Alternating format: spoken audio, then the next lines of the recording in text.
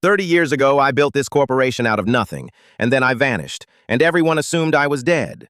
Tonight, I'm mopping the floor of the 42nd floor executive suite on the night shift, listening to my own grandchildren divide up my empire, fire the people who stayed loyal to me for 3 decades, and laugh about the doddering old janitor who can't even be trusted to empty the bins properly.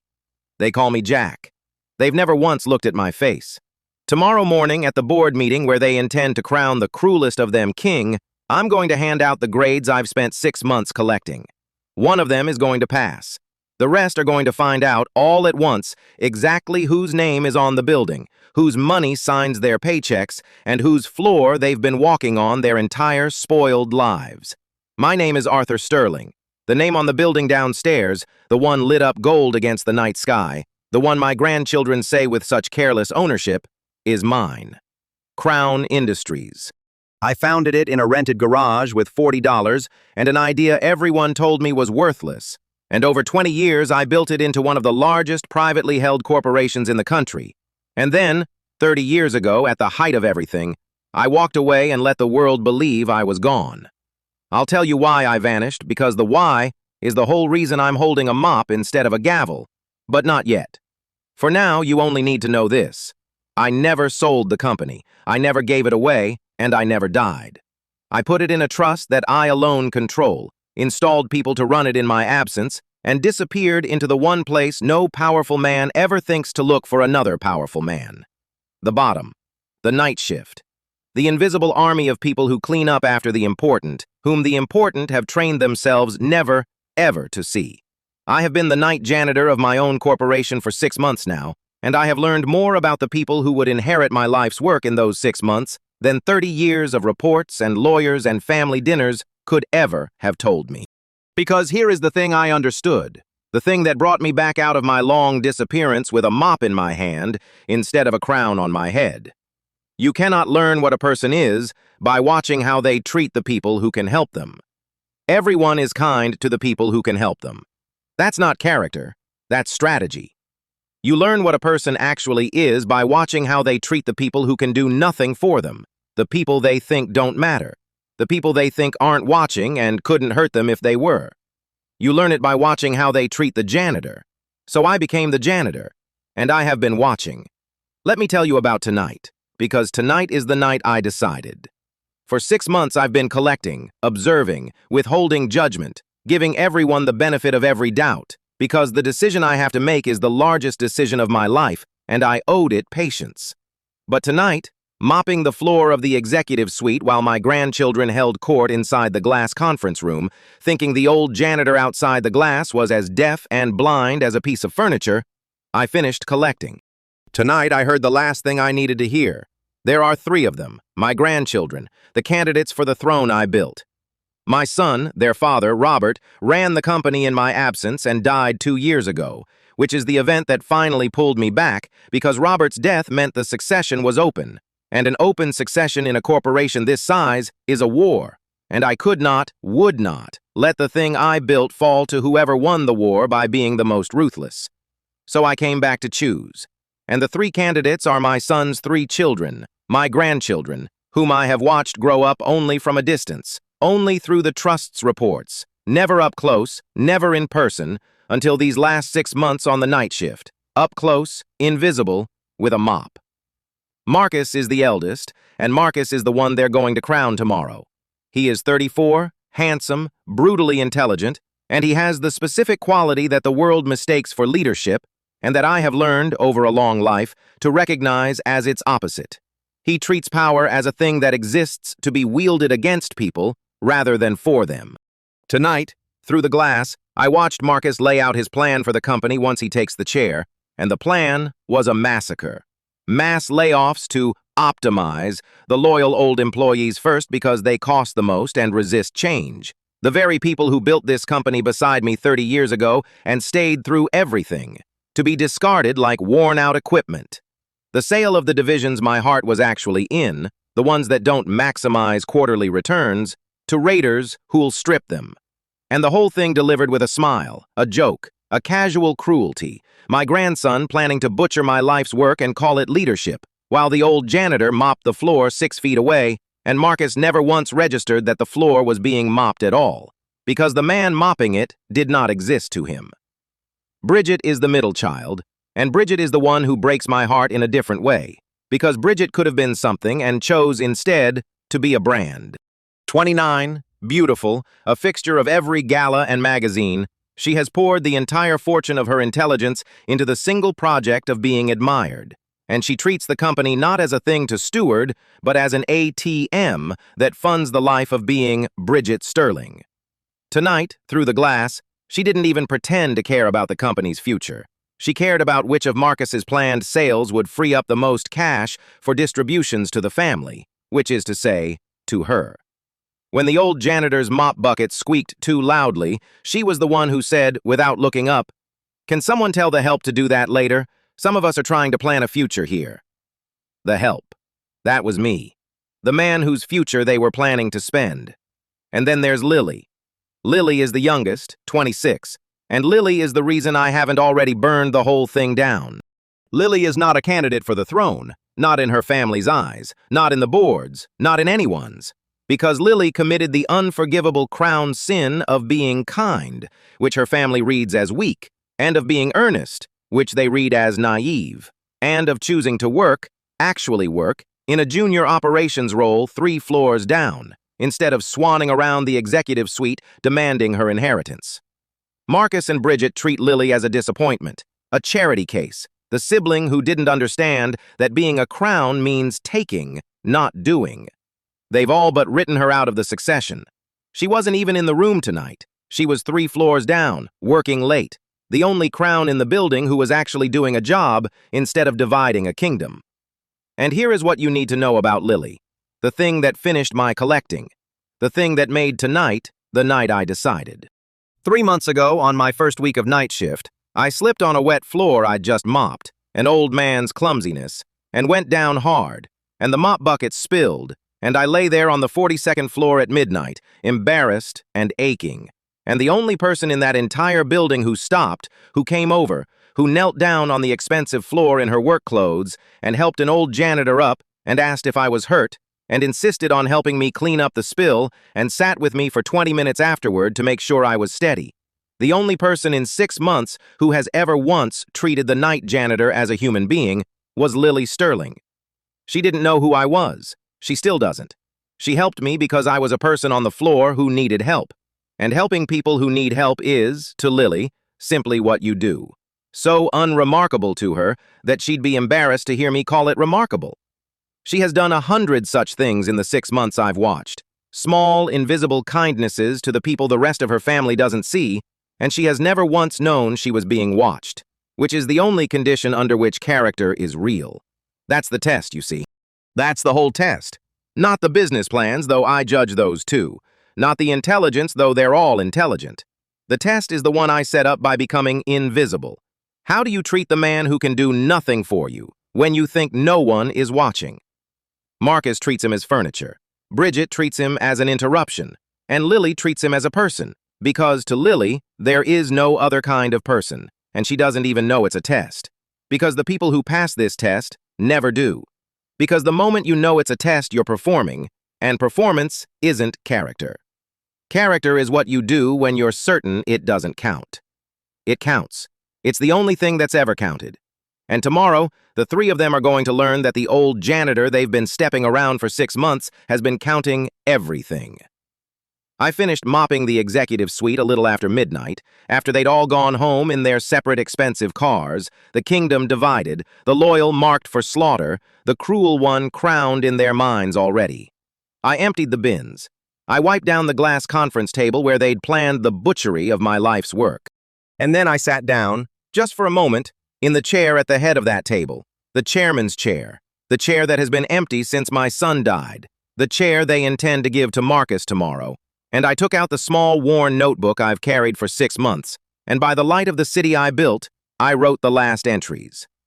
Marcus, a fail. Not for ambition. Ambition is fine. I had ambition enough to build all of this.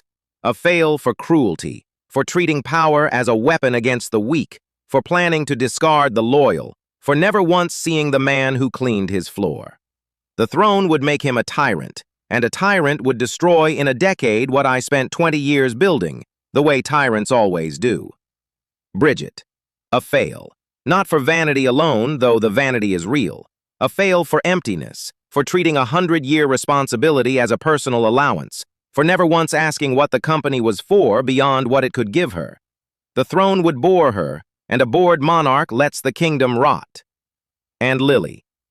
I sat in the chairman's chair, in the dark, in the building I built, and I wrote her name, and beside it I wrote the only passing grade in 6 months of collecting. And my old hand was not quite steady, because writing it meant the long search was over, meant I'd found what I came back to find, meant the thing I built might survive me after all, in the hands of the one grandchild who treats a janitor like a man. Lily. A pass. The only one. Because she is the only one of the three who understands, without ever having been taught, the single thing I learned too late and at too high a price. That the measure of a person is not what they take from the people above them, but what they give to the people below them. And that an empire is not a prize to be won, but a responsibility to be carried. And that the man with the mop is exactly as human as the man with the crown. And that anyone who can't see that should never, ever be given power over other human beings. I closed the notebook. I put it in the pocket of my coveralls. And I sat a while longer in the chairman's chair of the company I built and abandoned, and came back to judge. And I thought about tomorrow, about the board meeting, about the three of them gathered to crown the cruelest, and about the moment I've been waiting 6 months, and in some ways 30 years to deliver, when the old janitor stands up in the back of the room, and they finally look at his face. And the face is the one from the portrait in the lobby, the founder, Arthur Sterling, not dead, never dead, just watching, just collecting, just waiting to hand out the grades. Because they think tomorrow is a coronation. They think the succession is settled, the cruel one crowned, the loyal marked for slaughter, the kind one written out, the old janitor invisible. Tomorrow, all of them are going to learn the thing I came back to teach them, the thing that is the whole reason a billionaire spent 6 months mopping floors instead of sitting on a beach. That there is no such thing as a person who doesn't matter, that everyone is watching, that the man you treat as furniture might be the one who signs your checks, and that the universe, in the form of one stubborn old founder with a mop and a notebook, keeps score. Tomorrow, I hand out the grades. Tonight, I finish my shift, because the floor still needs mopping, and a man who built an empire by doing the work himself doesn't leave a job half done, not even on the last night. Not even when the job is mopping the floor of the kingdom he's about to take back. Let me take you back 6 months, to the night I put on the coveralls for the first time, because the journey to that notebook full of grades is the real story, and it begins with an old man choosing the most invisible job in his own kingdom. It wasn't hard to arrange. That's one of the things wealth and a 30-year disappearance buy you. I had identities I'd built decades ago, clean ones, a man named Jack Miller with a real work history and references that checked out. Because I'd built the cover the way I build everything, thoroughly, years in advance, for a day I wasn't sure would ever come. When my son Robert died and the succession opened, the day came.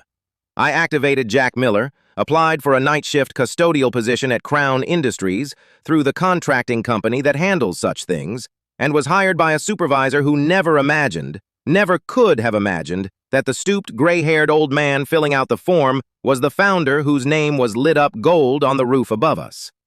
Why would he imagine it? The founder was dead. Everyone knew the founder was dead.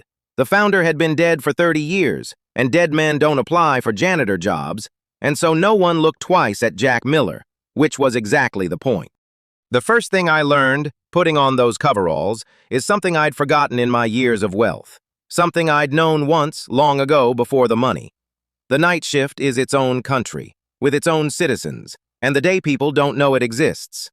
While the executives sleep, and the daylight kingdom of meetings and power lies dark and empty, an invisible army comes in and keeps the whole thing running. The cleaners, the security guards, the maintenance crews, the people who fix what broke and clean what was soiled, and make sure that when the important people arrive in the morning, the kingdom is gleaming, and they never have to think about how it got that way. I had built a company of 40,000 people, and I discovered at 71 years old, holding a mop, that I had never once, in 30 years, thought about the night shift. I had been exactly as blind as Marcus. The realization shamed me, and the shame was instructive because it told me that the test I'd designed for my grandchildren was a test I would have failed myself once, and that the only reason I could administer it now was that I'd lost everything and learned the hard way what I'd been blind to. But that's the backstory, and I'll come to it. The citizens of the night country took me in the way the overlooked always take in their own. There was a maintenance man named George, 63, who'd been keeping the building systems running for 2 decades and could tell you the personality of every elevator and boiler in the place. There was a security guard named Elena, a single mother working nights so she could be home when her kids got out of school, who knew everyone in the building and remembered everyone's name, which is its own kind of intelligence the day people never credit. And there was Clara Harrison. Clara is the reason I want to start here, 6 months back, because Clara is the thread that ties the night country to the day kingdom, and because what eventually happened to Clara is the single clearest illustration of everything wrong with the grandson they want to crown. Clara Harrison is 70 years old, the same as me, near enough, and Clara has worked at Crowne Industries for 31 years, which means Clara was there at the beginning, which means Clara knew me, the real me, back when I was Arthur Sterling, building a company in a garage and a warehouse and a dream. She started as a receptionist when we were 40 people in a leased floor, and she rose, on pure merit and loyalty and the kind of competence that holds a company together from the inside, to become the executive office manager, the person who actually made the executive floor function, the institutional memory of the whole corporation, the woman who knew where every body was buried and every system was wired and every promise had been made. For 31 years, Clara Harrison was the human spine of Crowne Industries, and when I disappeared 30 years ago, Clara was one of the few who never believed I was dead, who kept a photograph of the founding team in her desk drawer, who told the new young executives when they'd listen, which they mostly didn't, that the company had a soul once, and that the soul had a name, and the name was Arthur Sterling. The first time I saw Clara on my 3rd night, I nearly gave myself away. She came in early one morning before the day shift, the way she sometimes did, to get a head start, and she passed the old janitor mopping the hallway, and she did the thing none of the executives ever did. She looked at my face, and she smiled, and she said, "Long night, Jack? They told me your name. I make a point of learning everyone's name. 31 years I've worked here, and I've never once understood why the people upstairs can't be bothered to learn the names of the people who keep the lights on." And she looked at me a beat longer than she needed to, a small frown crossing her face, the frown of a person who's seen a ghost and can't quite place it, and she said, "Have we met? You look so familiar. I'm usually very good with faces." And I, Arthur Sterling, looked into the face of the woman who'd believed in me for 30 years, the only person alive who might recognize me, and I said, in Jack Miller's careful voice, "I've just got one of those faces, ma'am." And Clara said, "Maybe so." Maybe so. But she kept looking, and I knew from that first week that if anyone in the building was going to see through Jack Miller, it would be Clara Harrison. Because Clara was the only one who still looked at faces. She didn't place me. Not for months. But she was kind to me from that first morning, kind the way Lily was kind, the same unconscious decency. And I understood, watching the two of them, the old institutional spine and the young overlooked granddaughter, that decency is not a thing that runs in families or comes with breeding or correlates with power. It's just a choice, made over and over by certain people, regardless of where they stand. And Clara and Lily made it, and Marcus and Bridget didn't. And that was the whole map of the thing I'd come back to judge. And then, 2 months into my night shift, Marcus fired Clara Harrison, and I watched it happen. And it was the moment I stopped giving Marcus the benefit of the doubt. It happened in the daylight, but I saw it because I'd taken to coming in early and staying late, lingering in the edges of the day kingdom in my invisible coveralls, watching. Marcus had been given an expanded role ahead of the succession, a kind of audition for the throne, and he'd decided to make his mark by modernizing the executive office, which meant, in practice, getting rid of the expensive old institutional memory and replacing it with cheaper, younger, more pliable staff who wouldn't remember how things used to be or push back when he wanted to break them. Clara, at 70, with 31 years of service and a salary that reflected it, and a habit of telling executives uncomfortable truths, was the most expensive and least pliable piece of the old furniture. And so Clara went first. I want you to understand how it was done, because the how is the character. He didn't do it himself. He had a junior HR person do it, a frightened young woman following orders, so that Marcus's hands stayed clean. He did it on a Friday afternoon, the cruelest time, so the shock would have a weekend to set in with no one to call. He offered Clara a severance package calculated to be just barely legal and nowhere near just. 31 years of a company's soul valued at a few months' pay. And he had security walk her out of the building the same day. The woman who'd given the company 3 decades, escorted to the door like a criminal, allowed 20 minutes to clear her desk. The photograph of the founding team going into a cardboard box along with 31 years of a life. I watched from the end of the hallway, in my coveralls, invisible, as Clara Harrison carried her cardboard box to the elevator, her face composed with a conditioning that broke my heart. And I watched Marcus Crowne, my grandson, walk past her in that hallway, past the woman he'd just discarded after 31 years, and not even slow down, not even meet her eyes, treating her exactly the way he treated me, as furniture being removed, as a thing rather than a person. But here is the part that finished it, the part that turned my judgment of Marcus from disappointment into something colder. As Clara waited for the elevator with her box, I saw her face crumple, just for a moment, just once, the dignity cracking. And I started toward her, Jack Miller the janitor, to do the only thing I could, to be a human being in a hallway for a woman who'd just been told she was nothing. But someone got there before me. Lily. Lily Sterling, 3 floors down from her own family's cruelty, had heard, had come up, and she reached the elevator before I did.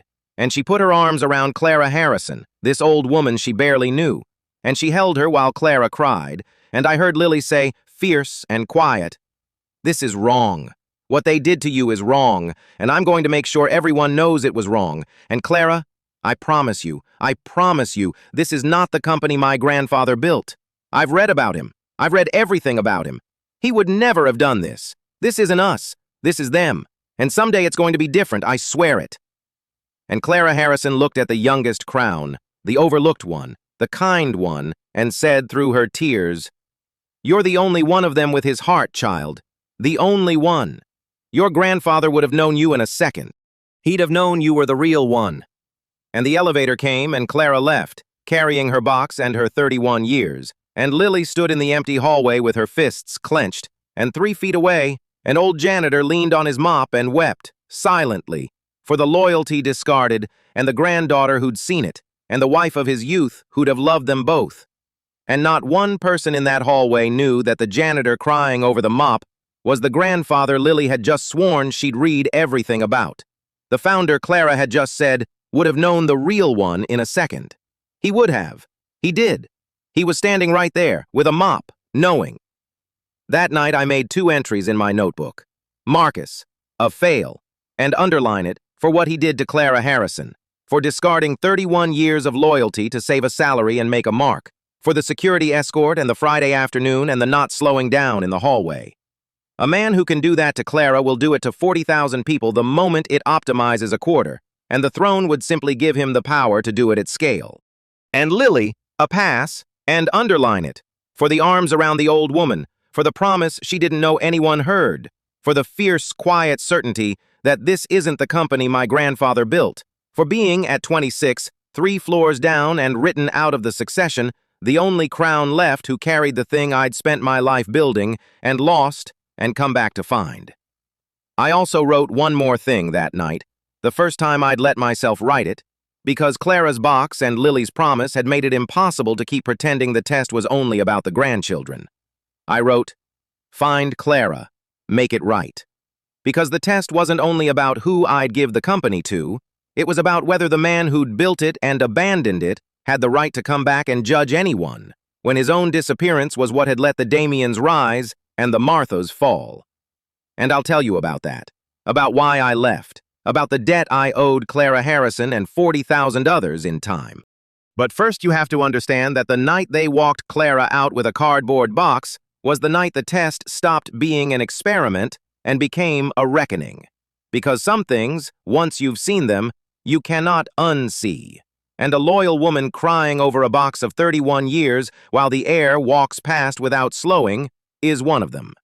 The grades were no longer abstract. The grades had a face now, and the face was Clara Harrison's. And I was going to make sure, when I finally stood up in that boardroom, that her face was in the room.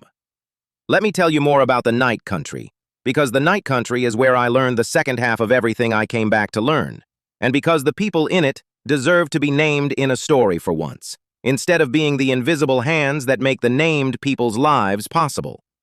George, the maintenance man, 63, 2 decades keeping the building alive, was the first to take me in, and George taught me a thing about competence that I'd forgotten in my years at the top.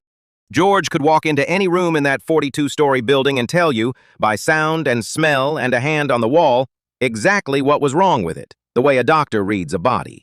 He knew the building better than the architects who designed it, because he'd spent 20 years inside its actual functioning rather than its blueprints.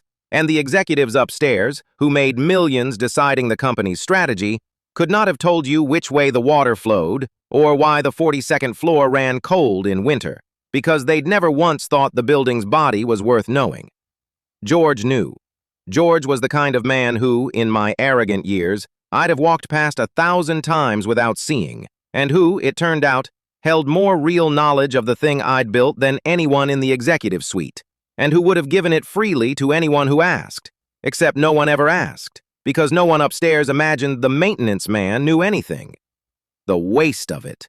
20 years of irreplaceable knowledge, available for the price of a question no powerful person ever bothered to ask. I asked. George and I became friends over the asking, and I learned my own building's body from a man my old self would never have seen, and it taught me, again, the lesson the whole test was built on. The knowledge and the worth are everywhere, especially in the places the powerful have trained themselves not to look. Elena, the security guard, single mother of 2, working nights so she could be home for her kids in the day, taught me about a different kind of intelligence, the social kind, the kind the Day Kingdom also doesn't credit. Elena knew everyone in that building, all 40,000 by face if not by name, knew their moods and their troubles and their patterns, knew who was struggling and who was thriving and who was up to something, because watching people is her job, and she does it with care, and care makes you see. Elena could have told the executives more about the actual human state of their company than any engagement survey or HR report, because Elena saw the people, really saw them, every night, with the attention the powerful reserve for things that can help them, and Elena gives freely to everyone because that's just who she is. She knew, before I did, which employees were quietly desperate, which were being mistreated, which were good and which were rotten. The whole human truth of the building, held in the mind of a night security guard, the executives walked past without a nod. I learned to ask Elena things, and Elena's read on people turned out to be more accurate than the assessments of highly paid consultants, because Elena wasn't reading performances, she was reading people, in the unguarded night hours when the performances came off. These were the citizens of the country I'd never visited in 30 years of owning the building above it, and living among them, I came to understand that I'd built a 2-tiered world without ever meaning to, a day kingdom of the seen and a night country of the invisible, and that the invisible country was full of exactly the competence and care and human worth that the visible kingdom was starving for, and that the only thing separating them was the powerful's trained inability to see down. And I thought often in those months about how the test I designed for my grandchildren was really a test of whether they could see across that divide, whether they were the kind of people who'd ask George about the building or Elena about the people, or the kind who'd walk past both forever, and how the answer to that question was the whole answer to whether they should be trusted with power, because power is just the ability to affect the people below you, and a person who can't even see the people below them will use that power blindly, carelessly, cruelly, the way Marcus used it, the way I'd used it once, before grief taught me to look down. And there were more tests in those months, small ones, the kind the night country let me run because the night country sees everything the day kingdom does and remembers it. There was the matter of the holiday bonuses in my 4th month. The company, under Hayes and Marcus's influence, announced that the annual bonuses for the lowest paid workers, the cleaners and the guards and the cafeteria staff, the night country, would be cut to optimize costs, while the executive bonuses, of course, remained untouched. And I watched how my candidates responded to a decision that took from the powerless to preserve the comfort of the powerful. A decision made in front of them in a planning meeting. Marcus endorsed it without a flicker. The night country wasn't real to him. Their bonuses were just a line item, and optimizing the line item was simply good management. Bridget didn't notice it had happened, and Lily, 3 floors down when she heard, did a thing I didn't expect and have never forgotten. She gave up her own bonus, quietly, anonymously, arranging through HR to have her executive track bonus redistributed to the lowest paid workers whose bonuses had been cut, telling no one, taking no credit, simply refusing to accept comfort that had been purchased by taking from people who had less. I only know she did it because Elena, who knows everything, told me. And because I confirmed it, and because when I confirmed it I had to go sit in my car for a while, because the granddaughter written out of the succession had just given up her own money to the night country in secret. And there is no clearer picture of the difference between the people who should have power and the people who want it than that single anonymous act. There was the matter of the intern. A young man, nervous, eager, from nothing, the kind of kid I'd once been, doing a summer internship that meant everything to him because it was his shot. His one chance to climb out of the night country his own family lived in. And Marcus, who supervised the intern's department, treated the boy as a servant and a punching bag, gave him impossible tasks, and then humiliated him for failing them, used him as the audience for his own importance, the casual cruelty of a powerful man toward a powerless boy who couldn't fight back and needed the reference too badly to quit. I watched it for weeks, the old janitor emptying the bins while Marcus diminished a kid who reminded me painfully of myself at that age, and I watched the boy's eagerness curdle into a kind of beaten quiet. And it was one of the hardest things I endured in those 6 months, because every cell in me wanted to step in, and I couldn't, not yet, not without breaking the disguise. And then Lily found out, because Lily finds out about exactly these things. And Lily did what she does. She quietly took the intern under her wing, gave him real work and real respect, undid Marcus's damage one kind interaction at a time, and made sure when the summer ended that the boy got the reference and the opportunity his work had earned, the reference Marcus would have withheld out of spite. The intern has a real job now, a good one, because Lily saw a beaten kid that her brother was grinding down and chose to lift him instead. And the intern will never know that the chairman who started his career was once a junior nobody 3 floors down who simply couldn't watch a powerless boy be diminished. And that's exactly why she was the right one.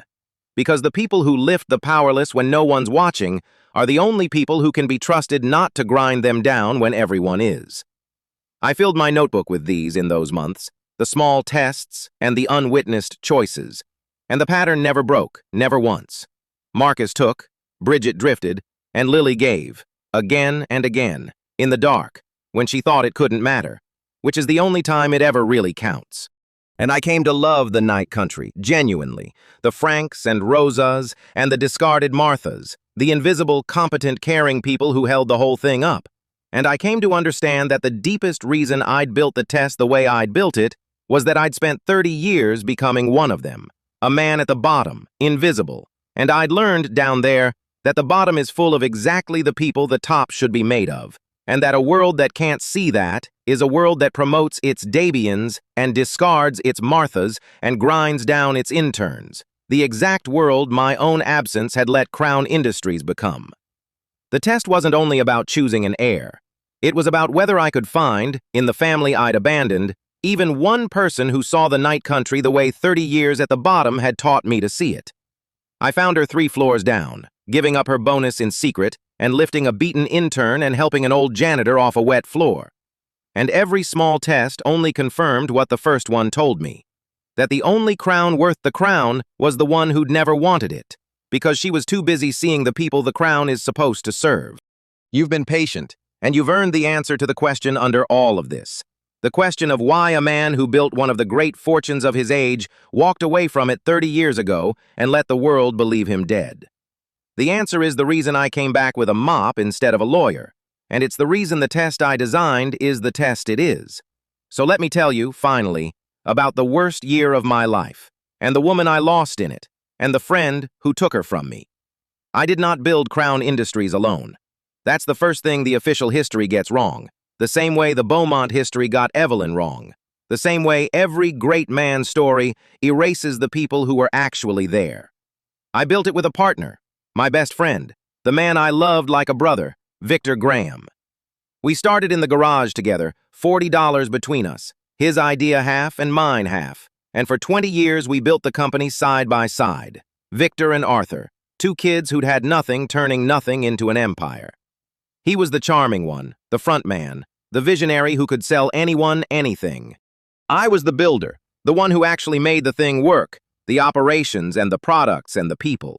Between us, we were unstoppable, and for 20 years it was the great love of my professional life, the partnership, the brotherhood, the thing we made together out of nothing.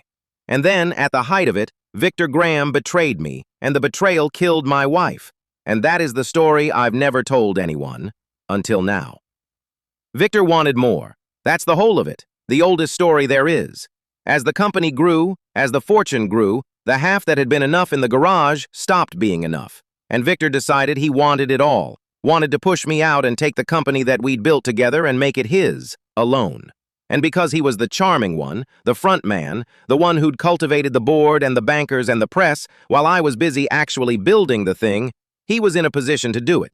He moved against me quietly, over a year the way these things are done, assembling allies, isolating me, preparing a coup that would strip me of control of the company I'd given my life to, all while smiling at me across the table, all while calling me brother, all while coming to dinner at my home and laughing with my wife and holding my children, planning the whole time to take everything. I didn't see it coming. That's the part I've never forgiven myself for, more than I've failed to forgive Victor. I was the builder, the one who saw how everything worked, and I could not see the thing happening right in front of me because I loved him, and love made me blind, the way it makes everyone blind, the way it made me unable to imagine that the brother I'd built an empire beside could be planning to take it from me. I trusted Victor Graham completely, and my complete trust was the weapon he used, and I never saw the knife until it was in. My wife saw it, Catherine. Catherine saw it before I did, because Catherine wasn't blinded by 20 years of brotherhood, because Catherine watched Victor with the clear eyes of a woman who'd never quite trusted the charm. And Catherine came to me, months before the coup, and told me what she saw, that Victor was moving against me, that the warmth was a performance, that I was about to be betrayed by the man I trusted most. And I, God forgive me, I didn't believe her. I defended Victor.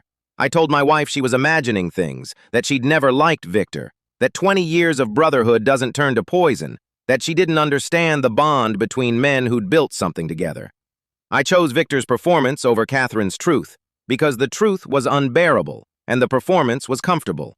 And that choice is the great sin of my life, the one the whole rest of it has been an attempt to atone for. The coup came.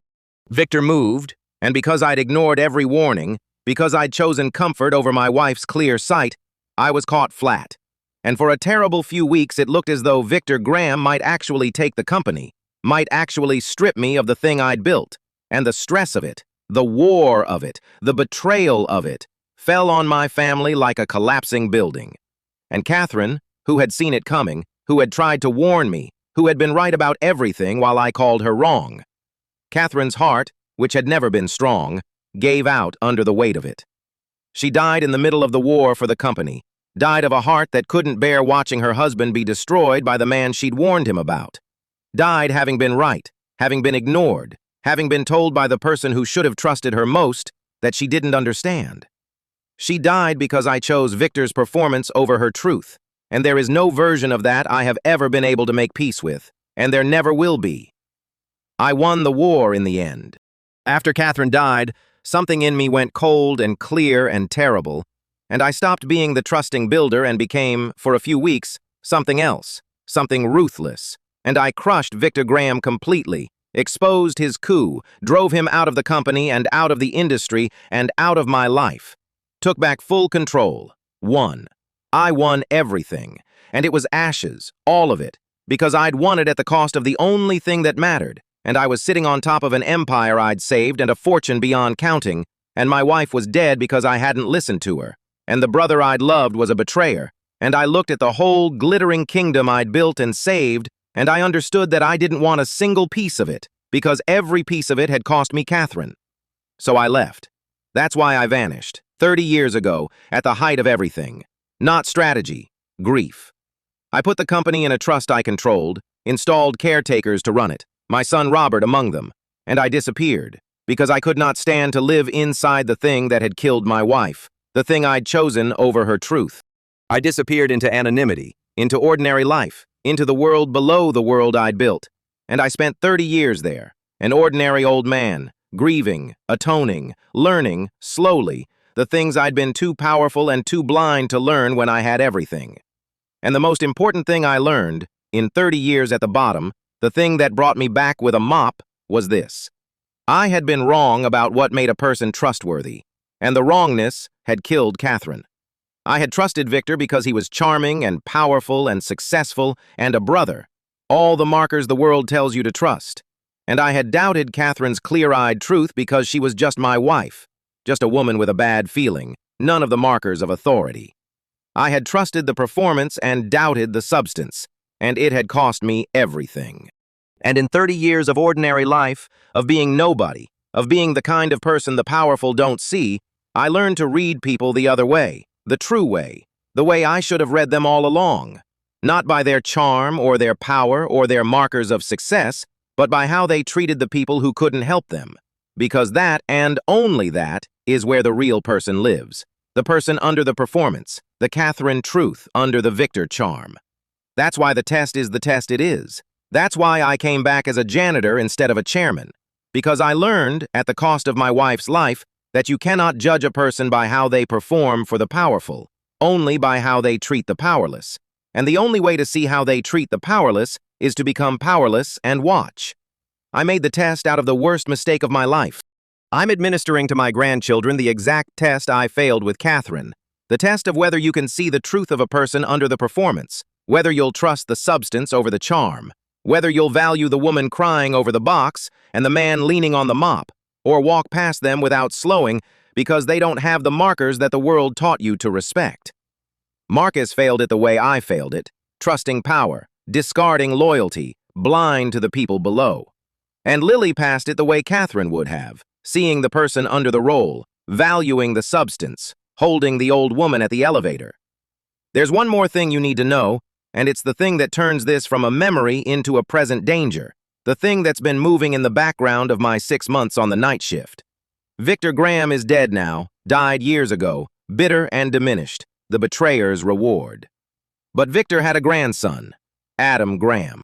And Adam Graham has spent his adult life building a fortune of his own, a corporate raider's fortune, ruthless and charming, exactly the way his grandfather was charming. And Adam Graham has never forgotten that his grandfather once nearly owned Crowne Industries before the founder crushed him, and Adam Graham wants it back. The grandson of the man who betrayed me, circling the company my absence weakened, waiting for the succession war to leave it vulnerable, planning to do what his grandfather couldn't, to take Crowne Industries, the thing Victor and I built in a garage, away from the Crowne family at last. The 30-year-old betrayal has a grandson, and the grandson is at the gates, and he's found, inside my own family, exactly the ally his grandfather found inside my own trust. A charming, ruthless, ambitious man who wants the throne and doesn't care what he has to do to take it. Marcus. Of course it's Marcus. The grandson of the betrayer and the grandson of the betrayed, finding each other across 30 years, planning to do to Lily and to the company and to the loyal what Victor once tried to do to me. History doesn't repeat, but it rhymes. And the rhyme here is so exact it takes my breath away. A Pierce and a charming traitor inside the house, moving against the true heart of the company.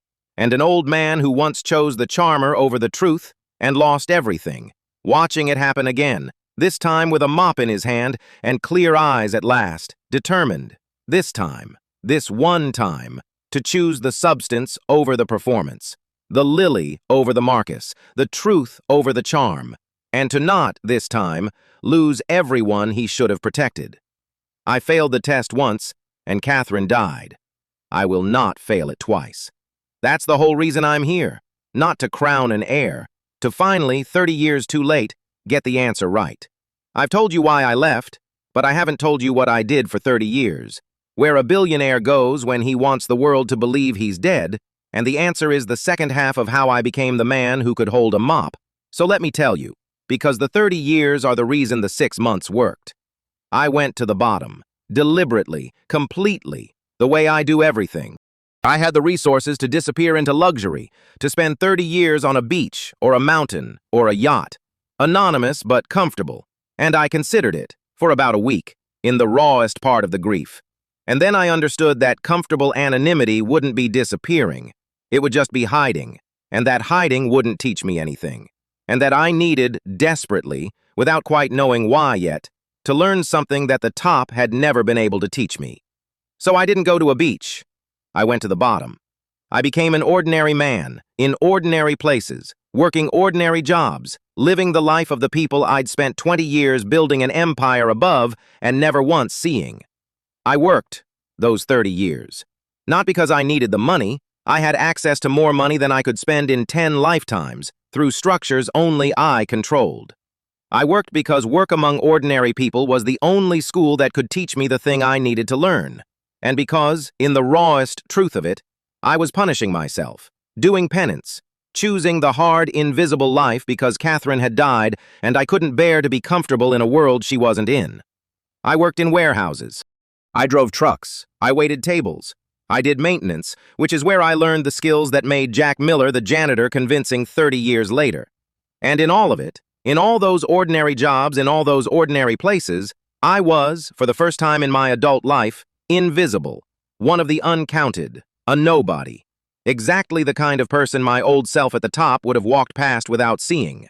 And being invisible taught me everything. It taught me what it feels like to be the person the powerful don't see.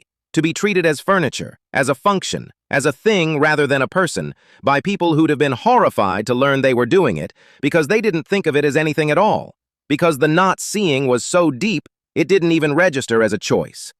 I felt it for 30 years, the specific erasure of being at the bottom, and feeling it changed me at a level that no amount of intellectual understanding ever could have, because there's a difference between knowing a thing and living it.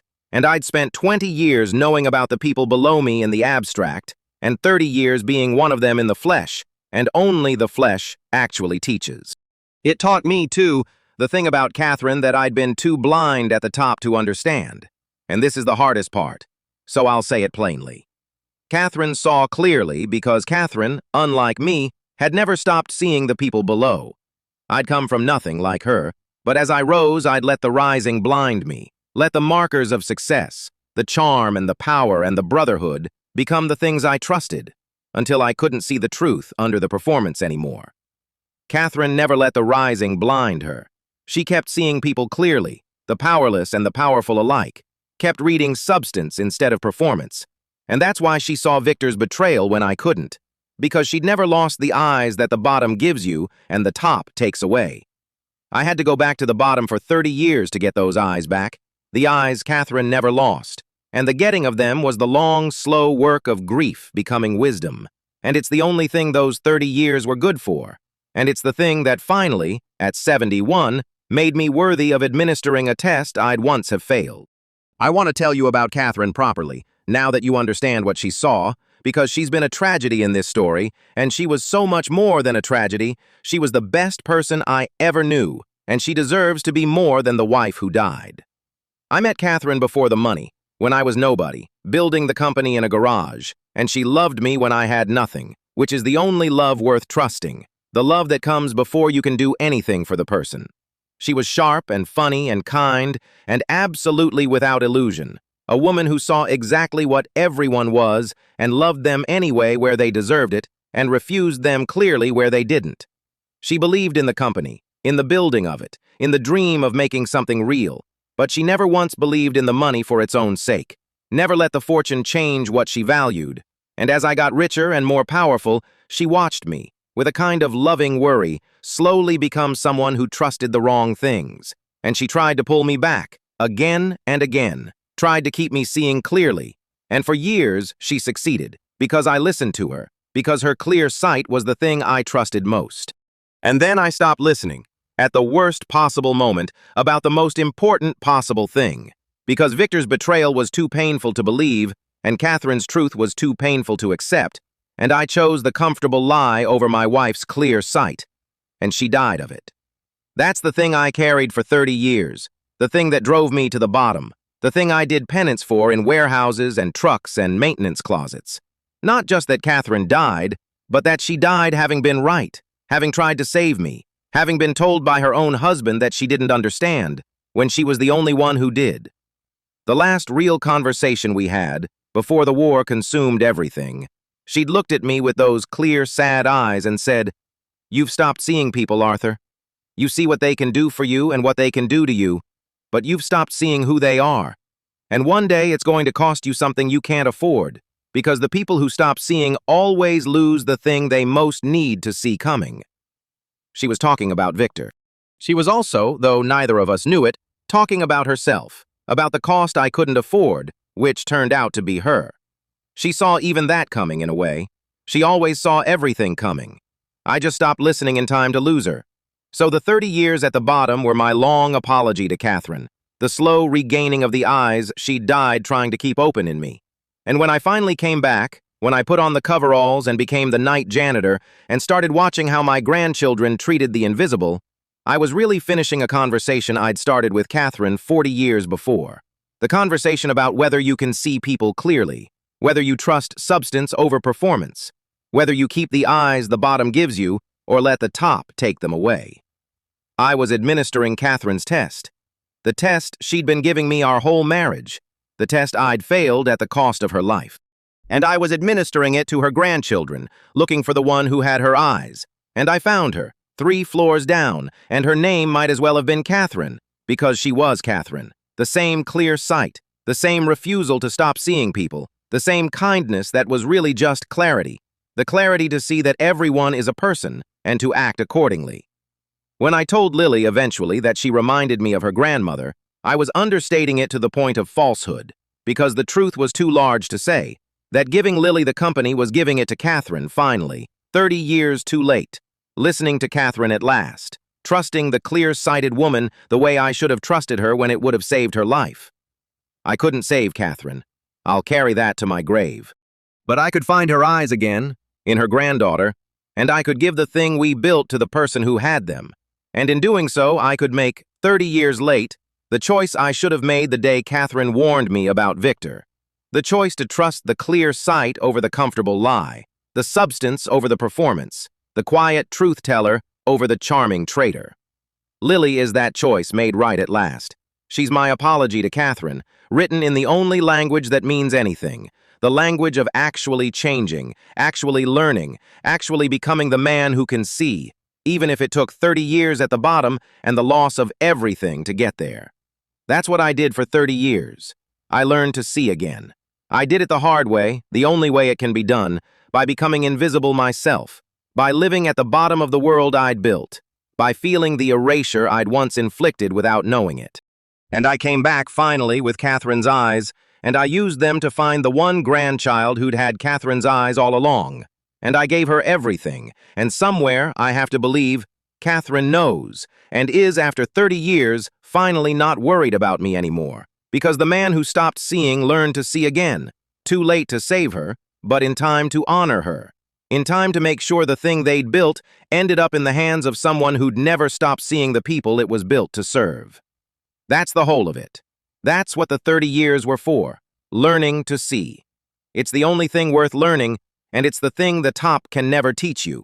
And I had to lose everything to learn it. And I'd do it again, all of it, even the grief, if grief was the only road to Catherine's eyes. Because a man who can't see people shouldn't have power over them. And I had power over 40,000 of them. And I owed it to every one of them to learn, even at that price, how to actually see. Once I understood that Marcus was working with Adam Graham, the test stopped being only a matter of watching and became a matter of probing. Because watching tells you what a person does in the ordinary run of things, but you only learn what they're truly made of by watching them under pressure. And the only way to apply pressure invisibly is to become the pressure yourself, quietly, as the janitor no one sees. So over the following weeks, I set small tests, little situations, and I watched how each of them responded when they didn't know they were being measured. And the results filled my notebook and broke my heart and confirmed again and again the thing I'd come to learn. I'll give you a few, because the small tests are where character lives, in the moments too small to perform for. The first test was a wallet. I found one, genuinely, dropped in the parking garage. A thin, expensive wallet belonging to a mid-level employee, cash and cards inside. And instead of simply turning it in, I saw an opportunity, and I left it sitting on a bench in the executive lounge where each of my candidates would pass it. And I watched, over a day, what each of them did with an unattended wallet full of cash that they thought no one was watching. Bridget saw it, opened it, took the cash, and left the wallet, all in about 4 seconds, the casual theft of a person who has so much that someone else's $100 registers as found money rather than someone's grocery budget, and who has never once in her life imagined what a missing $100 means to a mid-level employee, because she has never been a person to whom $100 mattered. She didn't think of it as stealing. That was the worst part. To Bridget, it wasn't theft. It was just picking up loose money, because the person it belonged to didn't exist to her any more than the janitor did. Marcus saw it, opened it, read the name on the cards, and I watched him calculate. And what he calculated was not whether to return it, but whether the owner was anyone useful, anyone worth the social capital of a returned wallet. And when he determined the owner was a nobody, a mid-level employee who could do nothing for him, he closed the wallet and left it exactly where it was, not stealing the cash. He didn't need $100, but not helping either, because helping a person who couldn't help him back was, to Marcus, simply a waste of motion. He did the math of the wallet, and the nobody owner came up worthless, and so Marcus walked on. And that, in its way, was more chilling than Bridget's theft, because Bridget was merely thoughtless, and Marcus had thought about it and decided the man didn't matter. And Lily, when she found the wallet, looked at the name on the cards, recognized it as a colleague from another floor, and spent her entire lunch hour tracking the man down, walking 3 floors and asking around until she found him and returned it with the cash intact. And when the man tried to give her a reward, she refused it and seemed embarrassed to have been thanked. Because to Lily, returning a wallet wasn't a virtue, it was just the only conceivable thing to do, so obvious it didn't merit acknowledgement. She didn't know it was a test. She never knows it's a test. That's the whole thing about Lily. She passes every test because she isn't taking any. She's just being who she is when she thinks it doesn't count, and it always counts. And it counted then. The second test was harder, and I'm less proud of it, because it cost a good man some anxiety, though I made it right after. I arranged, through channels, for a rumor to reach each of my candidates that one of the loyal old employees, a man named Bernard in the finance department, who'd been with the company 25 years, had made a significant error that might be discovered. An error that could be quietly buried or could be exposed. I wanted to see what each of them did with power over a vulnerable, loyal person, because that's the exact power the throne would give them, the power to protect or destroy the people below. And Victor Graham had once held that power over me and chosen destruction, and I needed to know which of my grandchildren would protect and which would destroy. Marcus moved to exploit it. Within a day, he'd had his people quietly confirm the error and was preparing to use it, not to help Bernard, but as leverage, a piece of compromising material to keep in his pocket, the way his grandfather's betrayer kept everything in his pocket, the instinct of a man who sees other people's vulnerabilities as assets to be collected. He didn't expose Bernard and he didn't help Bernard. He filed Bernard's mistake away as a weapon for later, which is the most Victor Graham thing a person can do, and it confirmed everything. Bridget didn't care, which by then I expected. And Lily, when the rumor reached her, went straight to Bernard, privately, kindly, and told him she'd heard there might be an error, and helped him find it, and helped him correct it before it became a problem, and never told anyone, and never asked anything in return, and protected a vulnerable, loyal man from the consequences of an honest mistake simply because protecting people is what you do with power, if you understand power at all. She turned the leverage into help. She did the exact opposite of what Marcus did with the identical situation, and she did it not knowing either of them was being tested. And the contrast was so complete, so clarifying, that I sat in my parked car that night, an old janitor in a cheap sedan, and wept again. Because I'd found her, the real one, the Catherine Hart, 3 floors down and written out of the succession, and because the finding of her was the first good thing that had happened to me in 30 years of grief. But while I tested and watched and filled my notebook, the larger thing was moving, the Marcus and Pierce thing, the rhyme of the old betrayal, and I had to track it carefully, invisibly, because if Marcus took the throne with Adam Graham behind him, the company wouldn't just fall to a tyrant, it would fall, ultimately, to the grandson of the man who'd nearly destroyed it once before, and the 30-year-old betrayal would finally, belatedly, succeed. I tracked it the way a janitor can track things, which is to say completely, because the janitor is in every room, empties every bin, hears every conversation that the powerful hold in front of him because he doesn't exist to them. I emptied the bins in the rooms where Marcus took his calls. I mopped the floors outside the doors where he met his allies. I was present, invisible, for the slow assembly of the thing, and I learned its shape. Marcus's plan, with Adam Graham's backing, was this: secure the chairmanship at the succession, then, once in control, engineer a series of moves, the layoffs, the division sales, the strategic weakening that would lower the company's value and create the conditions for Adam Graham's fund to acquire a controlling stake, at which point Marcus would be richly rewarded, kept on as a figurehead with a fortune, while Adam Graham took real ownership of Crowne Industries, completing the theft his grandfather had attempted 30 years before. Marcus was selling the company to the heir of its oldest enemy in exchange for personal wealth and the illusion of power, betraying not just the loyal employees and his sister Lily, but the entire legacy of the family whose name he carried, for money, exactly the way Victor Graham had once tried to take it for himself, the rhyme so exact it could have been written by a vengeful god. And the current CEO, the caretaker my trust had installed years ago to run the company in my absence, a smooth man named Adam Hayes, was in on it. That was the piece that took me longest to confirm, because Adam Hayes had been trusted, by my own trust, for years, and confirming his corruption meant accepting that the caretakers I'd installed to protect the company had, over 30 years of my absence, themselves become part of the rot.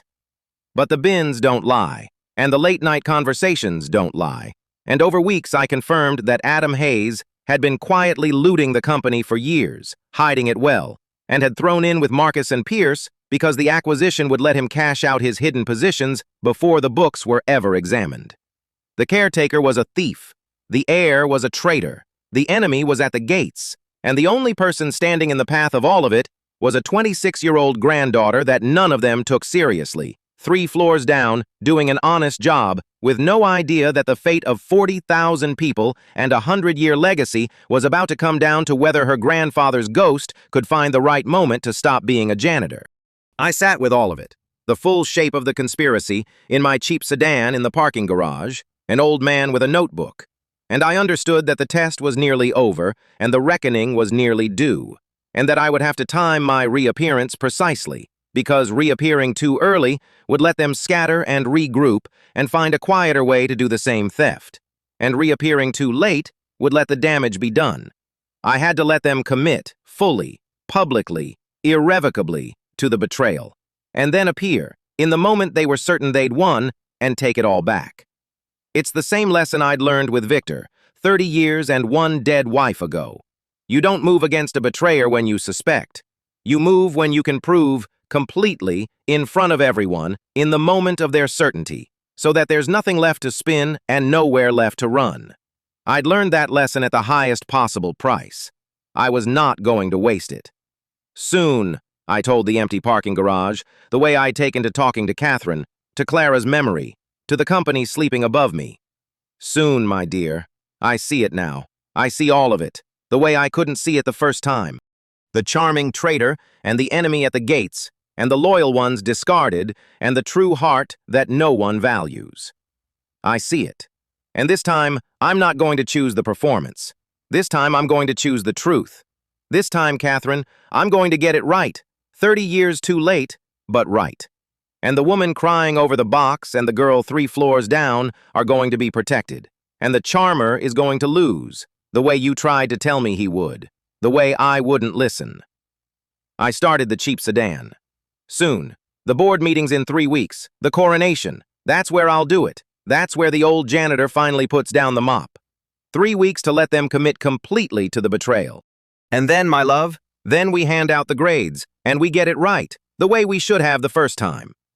There was one night, in the weeks of watching, when Marcus spoke to me directly, and I want to tell you about it, because it's the single clearest window into my grandson's soul, and because it's the night I stopped hoping I might be wrong about him, and because an old man being humiliated by his own grandson who doesn't recognize him is a particular kind of education that I would not wish on anyone and would not trade for anything. It happened late, near midnight, when Marcus was working alone in the executive suite, preparing for the coronation, and I came in to clean, the way I did every night, and I made the mistake, the small human mistake, of being slightly visible, of letting my mop bucket be in a place Marcus wanted to walk. He'd been drinking, a little, the celebratory drinking of a man savoring an imminent victory, and he was in the particular mood that drink brings out in cruel men, the mood that needs an audience for its own importance, and the only audience available at midnight was the old janitor, and so Marcus decided for sport to use me. "You," he said. "Old man, move that! No, not there! Are you deaf? I said move it!" And I moved it, the way Jack Miller would, with an old man's mumbled apology, and Marcus watched me move it with the specific pleasure of a man enjoying his power over someone who can't resist. And then he decided, because the first humiliation had felt good, to extend it. "You know," he said, leaning back, drink in hand, "I've watched you shuffling around this floor for months. 6 months, is it? Mopping the same floors every night. Same bucket, same mop, same nothing. Doesn't it depress you, being 70 whatever and still pushing a mop at midnight? Knowing this is it. This is the whole life. You mop floors until you die and nobody remembers your name?" He smiled, warming to it. "I'm 34 and tomorrow I'm going to be handed a company worth billions. And you're 70 and you mop my floor. You ever think about how that happened? How some people end up running the world and some people end up cleaning up after them? It's not luck, old man. I'll tell you the secret since you'll never use it. It's that some people are willing to do whatever it takes, and some people like you, just aren't. You probably had chances. Everybody gets chances. And you were too soft, or too scared, or too honest. And so here you are, at the bottom, mopping, while people like me take what we want. That's the whole difference. Softness. You were soft, and the world eats the soft, and now you mop floors for the ones who weren't. I want you to understand that I stood there, Arthur Sterling, who built the building Marcus was standing in, and the fortune he was about to inherit, and the floor he was so proud of not mopping, and I listened to my grandson explain to me, the founder, that I'd ended up a janitor because I was too soft to take what I wanted, and I want you to understand what I felt, because it wasn't what you'd expect. It wasn't rage, though there was a flicker of that. What I mostly felt was grief, and a kind of horror, because I was hearing in my own grandson's voice, in his own drunk, honest midnight philosophy, the exact creed of the man who'd betrayed me and killed Catherine. Some people are willing to do whatever it takes. The world eats the soft. Take what you want. It was Victor Graham's soul, alive again, in Catherine's grandson, and hearing it broke something in me, because it meant the rot I'd feared was not just a matter of bad behavior, but a whole philosophy, a coherent and confident view of the world in which cruelty is strength and decency is weakness, and the only meaningful question is what you're willing to do to take what you want. And I did the hardest thing I did in 6 months. I said nothing true. I stood there and let my grandson humiliate me, let him explain my own life to me wrongly, let him enjoy his power over the man who actually held all the power, and I gave him only Jack Miller's mumbled, beaten, "Yes, sir, I suppose you're right, sir," because the test wasn't over and the trap wasn't sprung, and revealing myself in that moment, to soothe my own dignity, would have cost 40,000 people their protection. So I ate it. I ate my grandson's contempt, and I let him think he'd won the exchange, the way he thought he'd won everything, and I carried my bucket out of the executive suite with an old man's shuffle, while Marcus laughed softly behind me, pleased with his own wisdom, never knowing he'd just delivered his own verdict, never knowing the janitor he'd just lectured about softness was the grandfather whose softness, as he called it, had built every single thing Marcus valued. Because here's the truth Marcus will never understand, the truth that's the whole moral of this story, the truth I could have told him that night and didn't because he wasn't ready and never would be. I didn't build a company worth billions by being willing to do whatever it takes. I built it by being willing to do the right thing even when the wrong thing was easier, by treating people well when treating them badly would have been more profitable, by being, in Marcus's vocabulary, soft. The softness wasn't the thing that kept me down. The softness was the thing that built everything. People did their best work for me because I saw them, valued them, treated them as human. The loyal stayed loyal for 30 years because the company had a soul. The thing Marcus calls weakness is the actual engine of everything he was about to inherit. And he was about to inherit it precisely because he was too blind to understand that the softness he despised was the foundation he was standing on. He thought he'd risen above the soft. He was standing on their shoulders, sneering down, calling the shoulders weak. And the cruelest irony, the one I sat with in my car that night, was that Marcus's whole philosophy, the do-whatever-it-takes creed, the world eats the soft creed, is a loser's philosophy dressed up as a winner's, because it's the philosophy of Victor Graham, who did whatever it took and lost everything, who took what he wanted and ended bitter and diminished and forgotten, who ate the soft and was, in the end, eaten himself. The willing to do whatever it takes people don't win. They flame up bright and take a lot and then they lose it all, because the thing they take they can't keep, because keeping requires the loyalty and the trust and the soft between the soft can build. Marcus was about to learn that, the way Victor learned it, the way every Pierce across 3 generations has learned it, that the soft old man you sneer at on his way out the door with his mop bucket might be the one who owns the building, and that the philosophy of taking always, eventually, runs into the immovable fact of someone who built something real and is willing to protect it. The Pierce connection deepened in those same weeks, and it deepened in a way that made the rhyme even more exact, even more like something a vengeful god had arranged. Because I learned, tracking the conspiracy, that Adam Graham didn't just want to acquire Crowne Industries for profit. He wanted it for revenge. He'd grown up on the story of his grandfather Victor, told the Pierce version, in which Victor was the brilliant visionary co-founder cheated and destroyed by his ruthless partner Arthur Sterling, in which the Pierces were the wronged party, in which Crowne Industries was stolen Pierce legacy that a Pierce was destined to reclaim. Adam had built his entire ruthless career, I came to understand, around the eventual goal of taking back what he believed his family was owed, of finishing his grandfather's work, of beating the ghost of Arthur Sterling at last. The betrayal had become, in the Pierce family mythology, a grievance, the way the people who do wrong always remember it as the wrong done to them. And Adam Graham was the grievance made into a weapon. 3 generations of resentment aimed at the company I'd built, and he'd found his way in through Marcus, the soul that matched his own, and the 2 of them, the grandson of the betrayer and the grandson of the betrayed, were going to finish the oldest fight of my life, on the wrong side, together. And I, the old janitor, held all of it in my head, the whole bitter architecture of it, Marcus's contempt and Adam's grievance, and the rhyme of the 30-year betrayal. And I waited, the way I'd learned to wait, for the board meeting, for the moment they'd commit fully, for the moment I could finally answer all of it at once, the contempt and the grievance and the rot, with the one thing that beats the do-whatever-it-takes philosophy every time. The immovable fact of a man who built something real and protected it, and was willing to spend 6 months mopping floors and eating his own grandson's contempt to make sure it ended up in the right hands. They thought softness was weakness. I was about to show them that the soft old man with the mop had outweighted, outwatched, and outmaneuvered all of them, and that the softness they sneered at was the very thing that had built the empire they were about to lose, and that the world, contrary to Marcus's midnight wisdom, does not eat the soft. The world eats the people who think it does. It always has.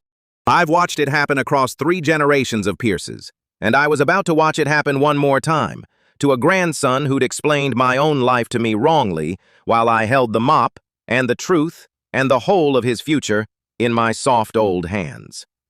The 3 weeks before the board meeting were the most careful of my long life, more careful even than the weeks when I crushed Victor Graham 30 years ago, because this time I had learned what carelessness costs, and I would not be careless with the people I'd come to protect. I had 3 things to do in those 3 weeks, quietly, invisibly, from behind a mop.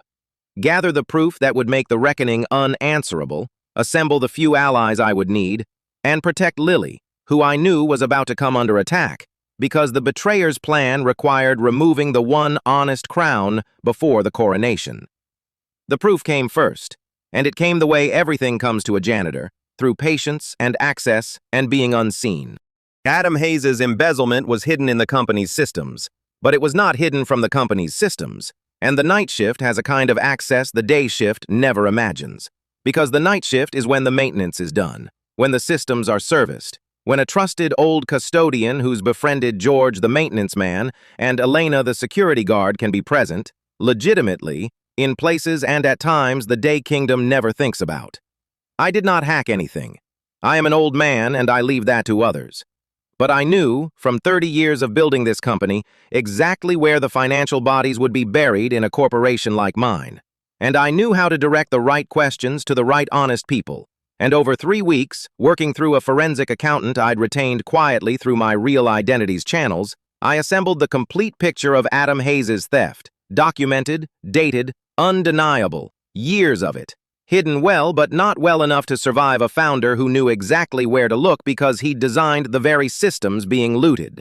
And I assembled the proof of the Marcus Pierce deal, which was harder because it lived in private conversations and encrypted channels, but which I caught at the edges, in the bins and the late nights, and the careless confidence of men who held their conspiracies in front of the furniture.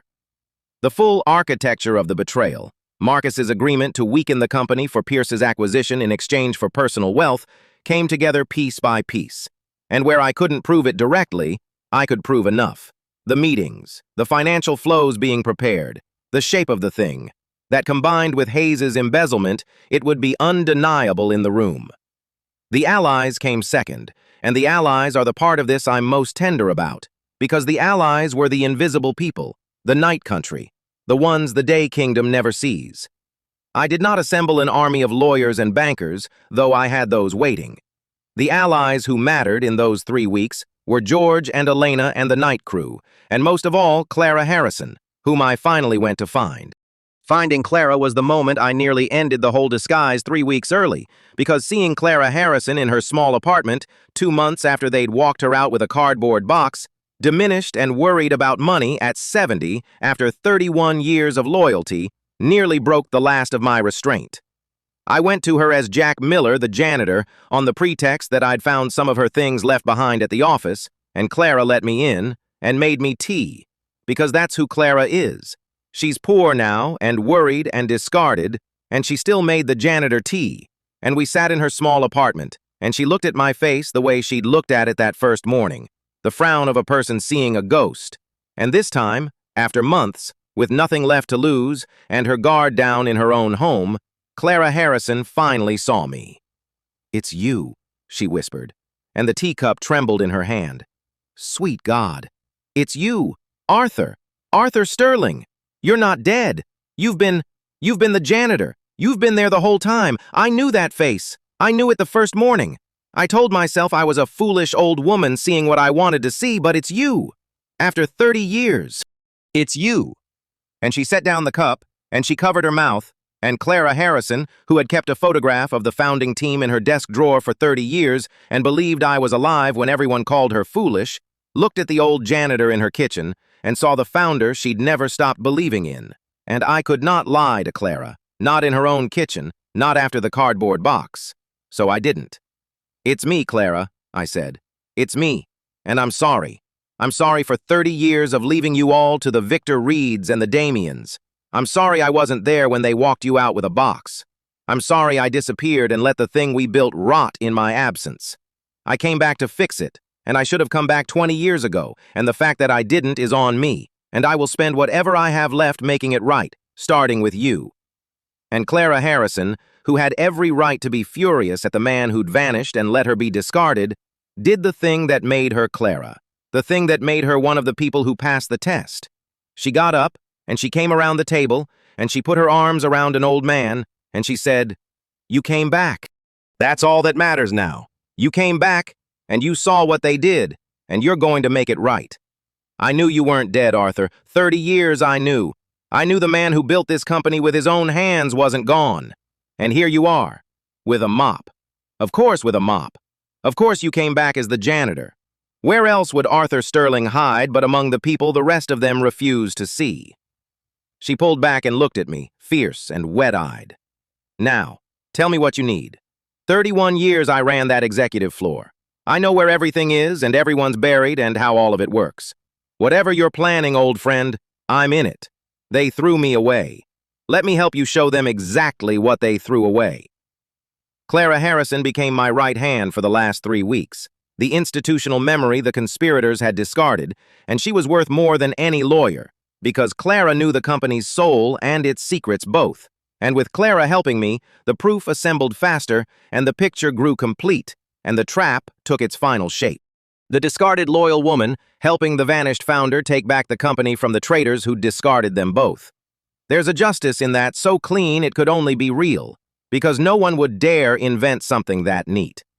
But the third task, protecting Lily, nearly failed, because the betrayers moved on Lily faster than I'd expected, in the second week, and for a few days it looked as though they might destroy her before I was ready to reveal myself.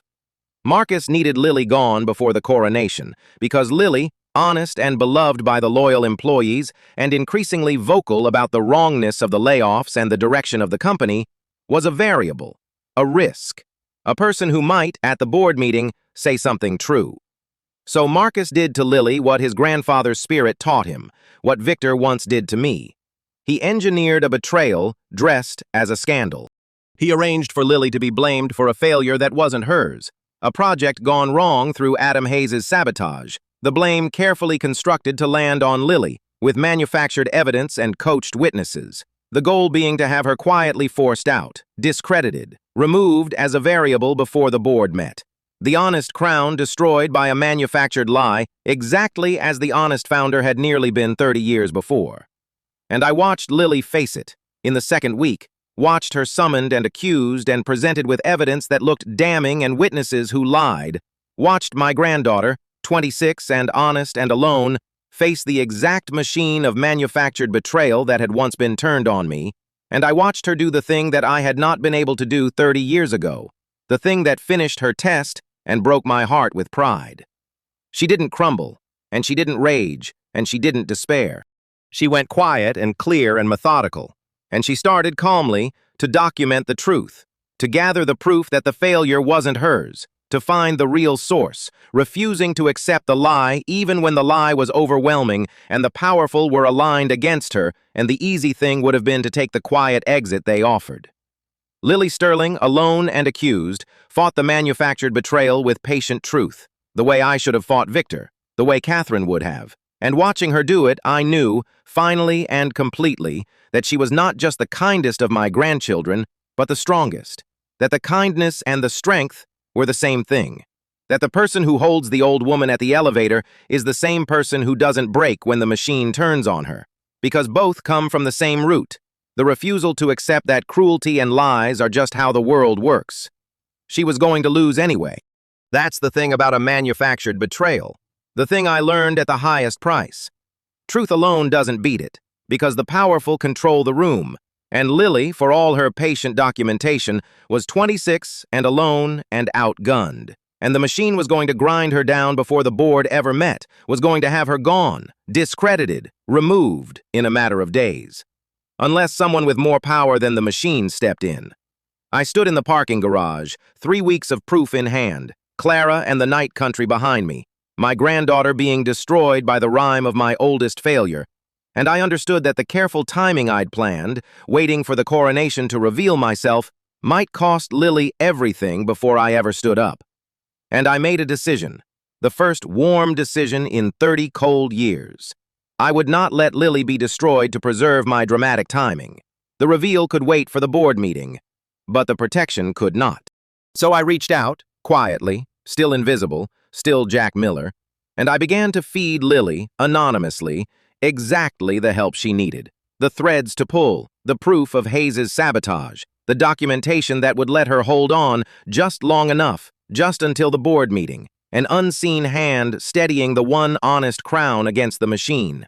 A janitor passing notes to a granddaughter who had no idea the old man who'd slipped on her wet floor was her grandfather, the founder, the ghost, reaching out of the shadows to keep her standing until the moment he could finally stand up himself and end it all. "Hold on, Lily," I wrote, in the last anonymous note, the one that gave her the key piece, the proof of who'd really sabotaged the project. Hold on until the board meeting. You're not as alone as you think. Someone is watching who has more power than all of them combined, and he has not forgotten what your grandfather built or what it was for.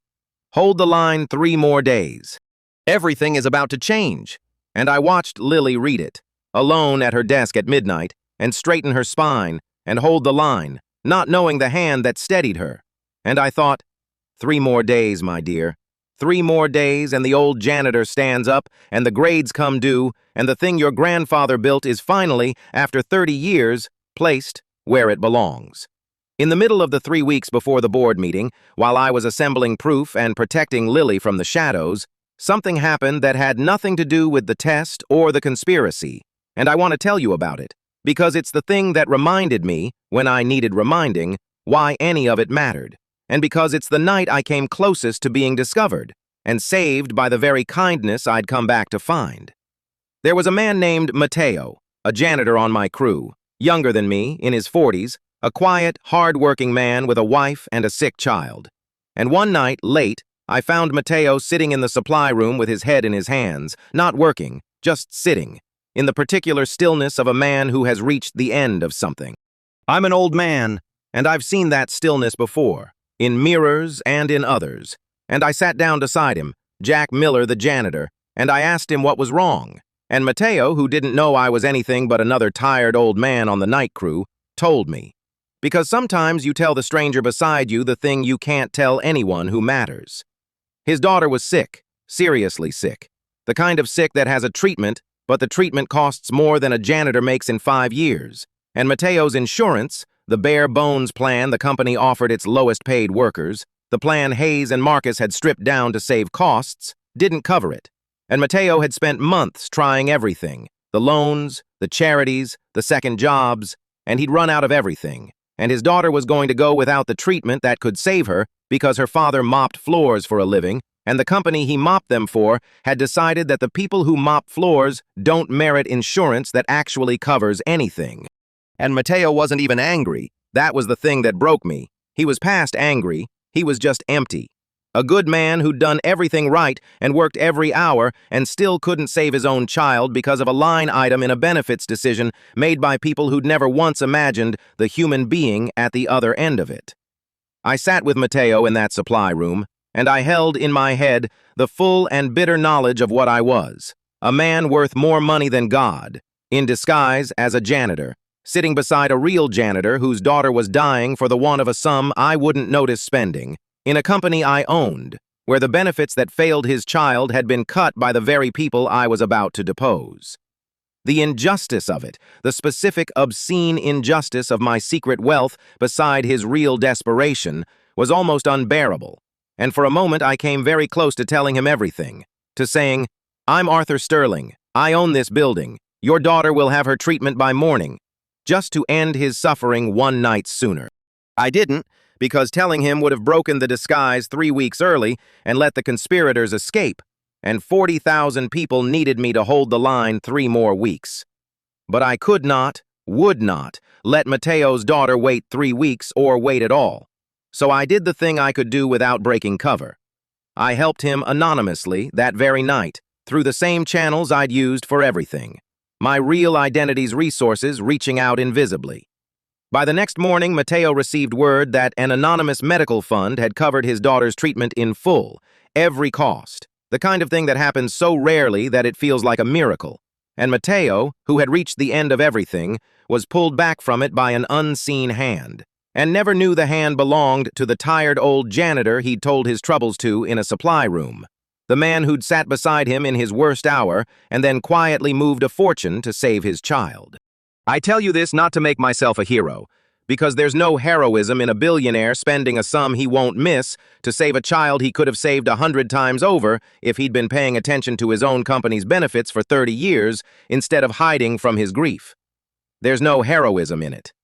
There's only the bitter education of it, the lesson it taught me, which is the lesson the whole night country had been teaching me for 6 months, that the decisions the powerful make casually, the line items, the optimizations, the benefit cuts, land on real human beings as life and death, and that the distance between the boardroom and the supply room is the distance between a number and a dying child, and that anyone who makes those decisions without seeing the supply room, without seeing Mateo with his head in his hands, should not be allowed to make them at all.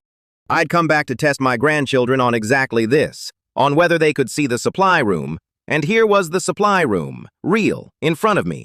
And Marcus had helped cut the benefits that put Mateo there, and Lily had given up her bonus to the night country without knowing Mateo existed, and the test wasn't abstract anymore. It never had been. It was Mateo's daughter, alive because an old janitor happened to be sitting in the right supply room, and how many other Tomases were there, in a company run by people who couldn't see them, whose children didn't have an old janitor in the right room at the right moment. That's the thing I carried into the boardroom 3 weeks later, more than the proof, more than the grades. Mateo, the supply room, the dying child saved by accident, by the chance presence of a disguised man who happened to still have the eyes to see a stranger's despair. Because a company shouldn't run on the accident of whether a billionaire happens to be mopping the right floor. It should run on leaders who see the Tomases as a matter of course, who'd never let the benefits be cut that way in the first place, who carry the supply room in their minds when they make the line item decisions. Lily is that leader. The first thing she did as chairman, before I even suggested it, was restore and expand the benefits for the lowest paid workers. Because Lily carries the supply room in her mind the way she carries everything, by simply seeing people. And Mateo's daughter, who survived by accident under the old regime, will never again depend on an accident, because the company is run now by someone who sees her without needing to be in the room. And the near discovery, the night I almost lost the disguise, it was Mateo, in the end, who almost found me out. And it was kindness that nearly undid me the way kindness reveals everything true. Because a week after his daughter's treatment was covered, Mateo came to me in the supply room again. And this time he was looking at me strangely, the way Clara had, the frown of a person working something out. And he said, "Jack, the night I told you about my girl. And then the next morning, the fund." That's a strange coincidence, isn't it? I told one person in the world about my trouble, an old janitor in a supply room, and the next morning, a miracle. I keep thinking about it. He looked at me. "Who are you, Jack? Really? Because I've been on this crew a year and I never met you before 6 months ago, and you talk like someone who's used to fixing things, big things, and your hands are soft for a janitor. And I told you my daughter was dying, and the next morning she was saved. And I'm not a stupid man, Jack. Who are you?" And I looked at Mateo, who'd seen me the way the desperate sometimes see clearly, and I came within a breath of telling him, and instead I said the only thing that was both a deflection and entirely true. "I'm just an old man who's made a lot of mistakes, Mateo, and who's trying at the end of his life to fix a few of them before it's too late. And one of the mistakes I'm fixing is that I spent a long time not seeing people like you. People who do everything right and still get crushed by decisions made by people who never had to see them. I can't tell you more than that yet. But I'll tell you this. In 3 weeks, things in this company are going to change. And the people who decided your daughter's insurance didn't matter are going to be gone. And it's going to be run by someone who'd never let a Mateo sit in a supply room with his head in his hands. Hold on 3 more weeks, like everyone I'm asking to hold on. And keep being the man who works every hour for his family, because there's someone watching who sees it, even when it feels like no one does." And Mateo looked at me a long moment and decided, I think, not to push, the way people sometimes decide to let a kindness stay a mystery. And he said, "All right, Jack, 3 weeks, and whoever you really are, thank you. You saved my girl. I'll never forget it, whatever you are." And he didn't find me out, not quite, but he came closer than anyone but Clara, because he had the eyes the desperate sometimes have. The eyes that see substance under performance, the same eyes Catherine had, the same eyes Lily has, and it nearly undid me, which taught me one final thing, that the people who can see, really see, are everywhere too, in the supply rooms and the night crews, and that the only people who can't see are the ones who've trained themselves not to, the Damians, the comfortable, the ones who've never had to look up from the bottom or been humbled enough to look down from the top. Mateo saw me. Clara saw me. Lily saw the grandfather in the janitor before she knew it. The seers are everywhere. It's only the powerful who go blind, and only because they choose to, and the whole test was always just about finding the rare one who didn't. The night before the board meeting, I had 2 conversations that I want to tell you about. because they're the human heart of this whole thing. The two conversations that mattered more than all the proof in all the folders. And because they're the last two conversations I had as Jack Miller the janitor before I became Arthur Sterling the founder again. And a man should mark the moment he stops being invisible. The first conversation was with the conspirators, though they didn't know they were having it with me, because I was mopping the floor of the executive suite at midnight while they held their final council, certain of victory. And I listened to the last assembly of the betrayal the way I'd listened to the first, as furniture, as the help, as a man who didn't exist. They were so confident. That's the thing I want you to understand about the night before, the thing that made the morning so sweet. Marcus and Adam Hayes and, on the phone from somewhere, Adam Graham, the grandson of the man who'd betrayed me 30 years ago, his voice in the room I'd built, planning its theft. They reviewed the plan one last time, and there was laughter in it. The easy laughter of people who have already won, who can't conceive of losing, who hold the board and the votes and the manufactured scandal against Lily and the corrupt CEO and the enemy's capital all lined up and ready. Tomorrow, Marcus would be confirmed as chairman. Lily would be formally discredited and pushed out on the manufactured scandal. The layoffs would be announced, and the slow machinery of selling the company to Adam Graham would begin. The 30-year betrayal finally completing itself, the grandson of the traitor taking the company at last, with the grandson of the founder holding the door open for money. "To the old man," Adam Graham said on the phone, and I froze, mid-mop, because for one terrible second I thought he meant me, thought he'd seen through it. But he meant my ghost, my legend, the dead founder. "To Arthur Sterling, wherever his bones are. He crushed my grandfather and disappeared and thought he'd won. And 30 years later, his own grandson is handing me his company, and his precious legacy is going to have my family's name on it after all. He's been dead 30 years, and I'm still going to beat him. To the old man, may he rot, and may his company be mine by spring." And Marcus Crowne, my grandson, raised his glass to the toast against his own grandfather, in the suite of the company his grandfather built, and drank, and laughed, and said, "To the old man, whoever he was.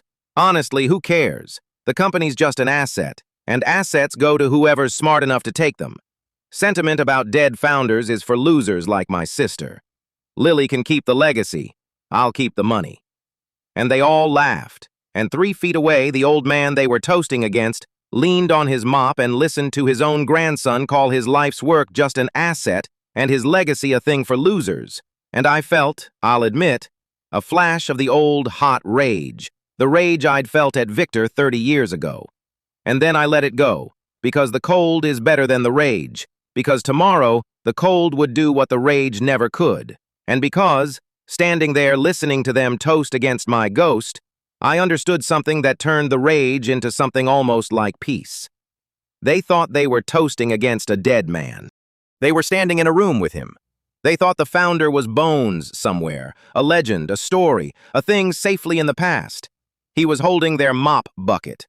The single greatest advantage I had, the advantage Victor Graham's grandson and my own grandson had handed me by their contempt, was that they could not conceive that the powerless old man in the room was the power they were plotting against. They'd made me invisible, and the invisibility was about to become the most powerful weapon in the building, because tomorrow it would end, all at once, in front of everyone, and the dead man they'd toasted against would stand up.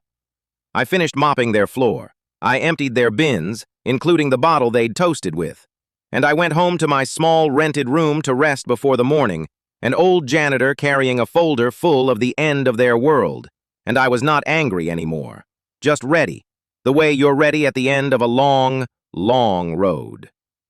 The second conversation was with Lily, and it was an accident, and it was the most important conversation of my 6 months, and I think, looking back, the most important conversation of my last 30 years. I found her in the building near midnight, after the conspirators had gone, alone at her desk 3 floors down, the way she so often was. Except tonight she wasn't working. Tonight she was just sitting, in the dark, at the end of the worst 3 weeks of her life, accused and discredited, and about to be destroyed at a board meeting she'd been told she shouldn't even attend, holding the line on nothing but the patient truth she'd documented and an anonymous note from a stranger telling her to hold on.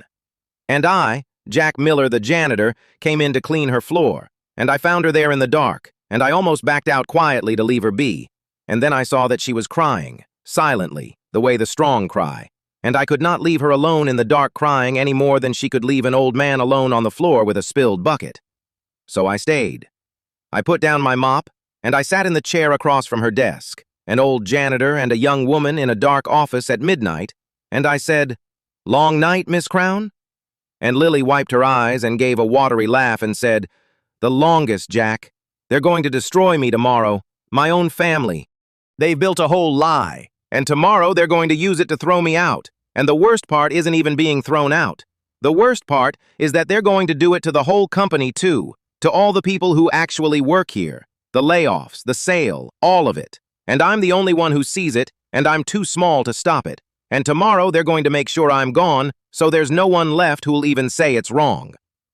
She looked at me, this kind, tired, honest young woman, and she said, "Do you ever feel like the right thing and the strong thing are on opposite sides, Jack? Like the people who do the right thing always lose, because the people who do the wrong thing are willing to do anything, and you're not, so they win?" I keep thinking about my grandfather, the founder. I've read everything about him. He built this whole company on doing things right, treating people right. My grandmother's letters, the way the old employees still talk about him. And it's all going to be sold for parts by people who think he was a sucker for caring. Maybe he was. Maybe caring is just losing slowly. And I, Arthur Sterling, sitting across from my granddaughter in the dark, listening to her doubt the very thing that made her the only one worth giving the company to, gave her the only gift I could give without breaking my disguise a day early, which was the truth, the real truth, the thing I'd learned at the highest price. "Miss Crowne," I said, "I'm an old man, and I've cleaned a lot of floors in a lot of buildings, and I've watched a lot of important people in a lot of glass rooms. And I'm going to tell you something I've learned, and you can take it or leave it. The people who do the wrong thing don't win. They look like they win, for a while, because winning the wrong way is fast, and winning the right way is slow. But I've cleaned up after enough of them to tell you how it ends. And it ends with them alone, in empty rooms, having gotten everything and kept nothing, because the things you take by doing wrong turn to ash in your hands, and the only things that last are the things you build by doing right. Your grandfather wasn't a sucker. I'd bet my life on it. A man who built something that the old employees still talk about 30 years later, who treated people in a way they still remember, that man didn't lose. That man won the only game that counts, which isn't who owns the company on any given Tuesday. It's who built something real, and who was the kind of person worth remembering. And by that measure, your grandfather won so completely that you, a young woman who never met him, are sitting in the dark trying to honor him against your whole family. That's winning, Miss Crowne. Being the person someone fights to honor 30 years after he's gone. The Damians of the world will never have that, no matter how many companies they own. I stood and picked up my mop, and I let myself say one more thing, the closest I could come to telling her the thing I needed her to hold through tomorrow. And I'll tell you one more thing, and then I'll let you rest. Don't be so sure you're too small to stop it. Don't be so sure you're alone. In my experience, the people who do the right thing in the dark, when they think no one's watching and it can't possibly matter, those people have a way of being seen, eventually, by exactly the right person at exactly the right time. Hold the line tomorrow, Miss Crowne. Say the true thing, even if you think it's hopeless. You never know who's listening. You never know who's been listening the whole time. Sometimes the man who can change everything is the last man in the room you'd ever expect. Lily looked at me, the old janitor, with something I'd never seen anyone look at Jack Miller with. A kind of startled recognition. Not of who I was, she didn't know that, but of something true passing between us. And she said softly, "That's the kindest thing anyone said to me in 3 weeks, Jack. Maybe in longer. Thank you. I don't know why, but I feel like I can hold the line now. Like maybe it isn't hopeless." She wiped her eyes. "You know, you remind me of how I imagine he was. My grandfather. Just from how you talk. Like someone who built something real and knows what matters." "Is that strange to say to the night janitor?" "Not strange at all, Miss Crowne," I said, and my old voice was not quite steady. "It might be the finest thing anyone's ever said to me. Now go home and rest. Big day tomorrow. Bigger than you know. Hold the line." And I went back to my mopping, and Lily went home to rest, and I stood alone in the dock office where my granddaughter had told the night janitor he reminded her of her grandfather, never knowing. And I thought, tomorrow, my dear, tomorrow you'll know. And I have to confess to you that an old man cried over his mop one more time, in the dark, 3 floors below the suite where his enemies had toasted against his ghost, because the granddaughter, who was the only one worth the kingdom, had just told the grandfather she'd never met that he'd built something real, to his face, without knowing it was his face. And there is no folder of proof, and no reckoning, and no reveal that could ever matter as much as that. Summer, the grades. Tonight, an old man, ready at last, holding the line himself, one more night, until the morning when the janitor stands up, and everything changes.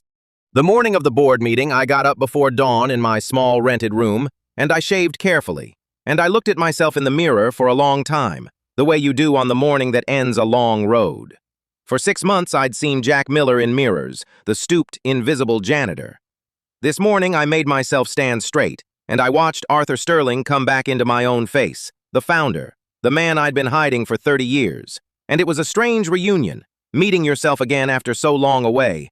And I wasn't entirely sure I was glad to see him, because Arthur Sterling had built an empire and lost a wife and abandoned everyone, and Jack Miller had only mopped floors and learned to see.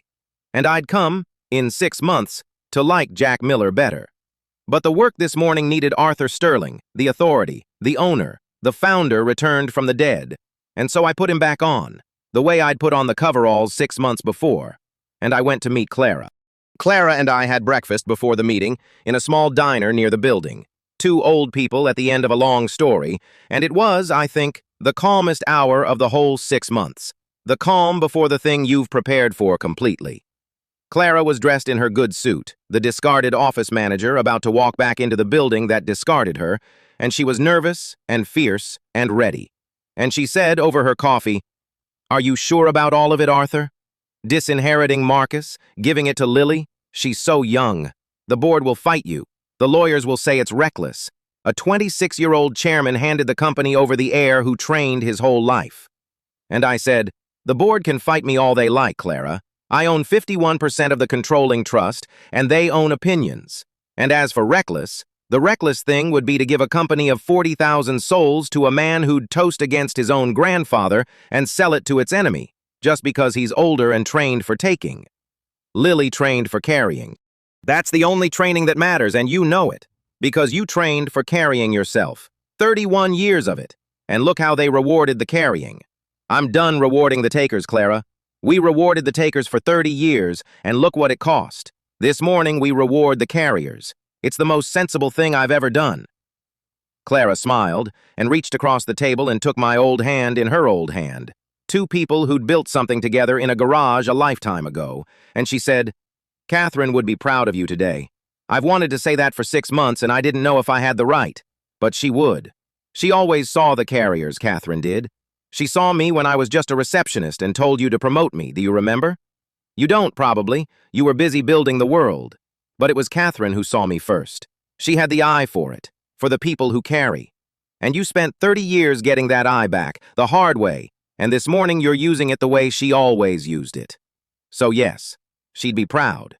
And she'd love Lily. God, she'd love Lily. The 2 of them in a room together, it would have been the whole company run on kindness and clear sight, and the takers wouldn't have stood a chance." Clara's eyes were wet. "You're giving it back to Catherine, aren't you? Through the girl. That's what this morning really is." "That's what it really is," I said, and I couldn't say more because Clara had named the thing exactly, the way Clara always named things exactly, the institutional memory of not just the company, but of me, of Catherine, of all of it. 30 years late, but that's what it is, giving it back to her, listening to her, finally. Through Lily. We finished our coffee, and we walked to the building together, the founder and the office manager, 2 old people who'd been thrown away by the same takers and were walking back in to take it all back. And at the doors, before we went up, Clara stopped me, and she straightened my tie the way she'd straightened 1,000 executives' ties over 31 years, a small, fierce gesture of care. And she said, "All right, Arthur Sterling, founder, let's go upstairs and hand out the grades. And let's make sure the right ones pass. For Catherine. For all the Marthas." For the night crew and the Tomases and everyone the takers never saw. Let's go show them who built this and what it was built for, and who's going to carry it now. And we went up, in the elevator, to the 42nd floor I'd mopped 100 times, and I felt Catherine with us, and the whole night country behind us, and 30 years of waiting coming due. And I was ready, finally, completely, to stop being invisible and stand up and be the founder one last time, for the carriers, against the takers, the way I should have 30 years ago, the way I finally, this morning, would. The grades were ready, the carriers were going to pass, and the takers were about to learn who'd been holding the mop. The board meeting was held in the great boardroom on the 42nd floor, the same floor I'd been mopping for 6 months, and I want you to picture it the way I saw it. Because I'd cleaned that room 100 times and I'd never once sat in it. And the last time I entered it, I was carrying a mop. And this time, I was carrying the end of the world for everyone in it. They were all there. The full board, the directors who'd been installed and cultivated over 30 years of my absence, some honest and bewildered, some bought. Adam Hayes at the center, smooth and confident, running the meeting. Marcus, dressed for a coronation, radiating the certainty of a man one vote away from a throne. Bridget, bored, scrolling her phone, there only because attendance affected her distributions. And Lily, at the far end of the table, where they'd grudgingly allowed her, pale and steady, holding the line, her folder of patient truth in front of her, alone, accused, about to be destroyed, not knowing that the night janitor's promise was about to come due. And somewhere on a screen, dialed in, observing his investment, Adam Graham, the grandson of the betrayer, watching the company come to him at last. I was in the room before the meeting started, of course. The janitor is always in the room before the meeting starts, setting up, refilling the water, emptying yesterday's bins, invisible. I'd made sure I was assigned the executive floor that morning. So I was there, in my coveralls, in the corner, when they all filed in, and not one of them registered the old man tidying the credenza. And Clara Harrison was there too, in the back, in a visitor's chair I'd arranged for her through channels, dressed in her good suit. The discarded office manager returned, and a few of them frowned at her presence, but no one challenged it, because no one imagined the old janitor and the fired secretary mattered. And that exact failure of imagination, was the trap closing. The meeting began. Adam Hayes ran it with smooth efficiency toward its predetermined ends. First, the matter of Lily. Hayes presented the manufactured scandal, the project failure, the constructed evidence, the coached witnesses, and called for Lily's formal censure and removal. And I watched my granddaughter rise to defend herself with her patient, documented truth. And I watched the board, most of them, prepare to accept the lie because the powerful in the room wanted it accepted. Exactly the way a board had once prepared to accept Victor's lie about me. Lily laid out her proof, calm and clear and devastating, that the failure was Hayes's sabotage and not her error. And it was good. It was true. It was well documented, and it was not going to be enough, because truth alone never is against a room the powerful control. And I could see it not being enough. Could see the board sliding toward the comfortable lie. Could see Lily about to lose despite being completely right, the rhyme of my oldest failure about to complete itself. And that is the moment I chose. Not before. The thing I'd learned at the highest price 30 years ago. You let the betrayal commit itself fully, publicly, irrevocably, in the moment of its certainty, and then you end it. So there's nothing left to spin and nowhere left to run. I let Adam Hayes call for the vote on Lily's removal.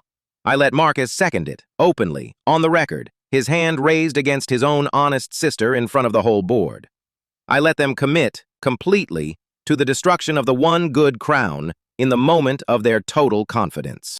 And then the old janitor in the corner set down his cloth and straightened his stooped back and spoke, for the first time in 6 months, in a voice that was not Jack Miller's careful murmur, but Arthur Sterling's, the founder's voice. The voice that had once built an empire and commanded 1,000 rooms, and it filled the boardroom like a thing returning from the dead, which it was. "The vote is out of order," I said, "and so is this entire meeting. Sit down, Mr. Hayes. Nobody is removing Lily Sterling from anything." The room turned. The room turned the way a room turns when the furniture speaks, with a kind of vertiginous disbelief, the old janitor in the corner standing straight and speaking in a voice of absolute authority. And I watched them try to process it, This impossible thing, the help talking, the invisible man visible. And Adam Hayes, recovering first, said, with the irritation of a powerful man interrupted by a servant, What is this? Security? Remove this man. The custodial staff has no business. Who let the cleaner into—" "The cleaner," I said, "owns this building, Mr. Hayes. The cleaner owns this company. The cleaner owns you." And I reached up and I took off the cap that had shadowed my face for 6 months, and I straightened to my full height, and I let them see me, all of them. The face that hung in the portrait in the lobby, the face on the founding documents, the face Clara Harrison had known for 30 years, and Lily had read everything about, the face they'd toasted against the night before, certain it was Bones. My name is Arthur Sterling. I founded this company in a garage 38 years ago. I have controlled it through a trust that no caretaker and no board and no grandchild has ever been able to touch. Every day of the 30 years you all believed I was dead. I am not dead. I have been the night janitor of this building for 6 months, mopping your floors and emptying your bins and listening to every word you said in front of the man you decided didn't exist.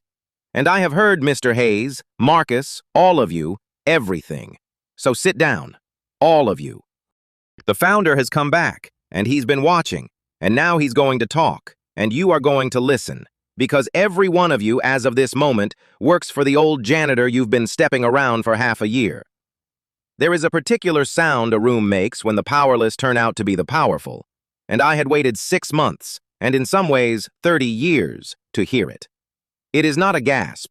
It is the absence of every sound at once, the sound of a dozen carefully constructed certainties collapsing in the same instant, the sound of the floor becoming the ceiling.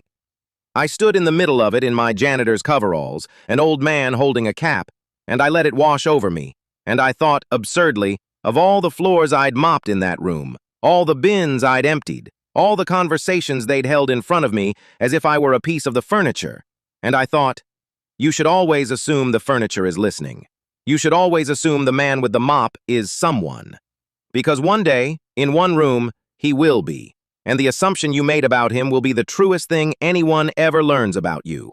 I have built an empire, and I have lost a wife, and I have crushed a betrayer, and I have spent 30 years in grief and atonement, and I will tell you that nothing in my long life has matched the silence in that boardroom as 40-some powerful people understood, all at once, that the founder was alive, had been among them, invisible, the whole time, and had heard everything.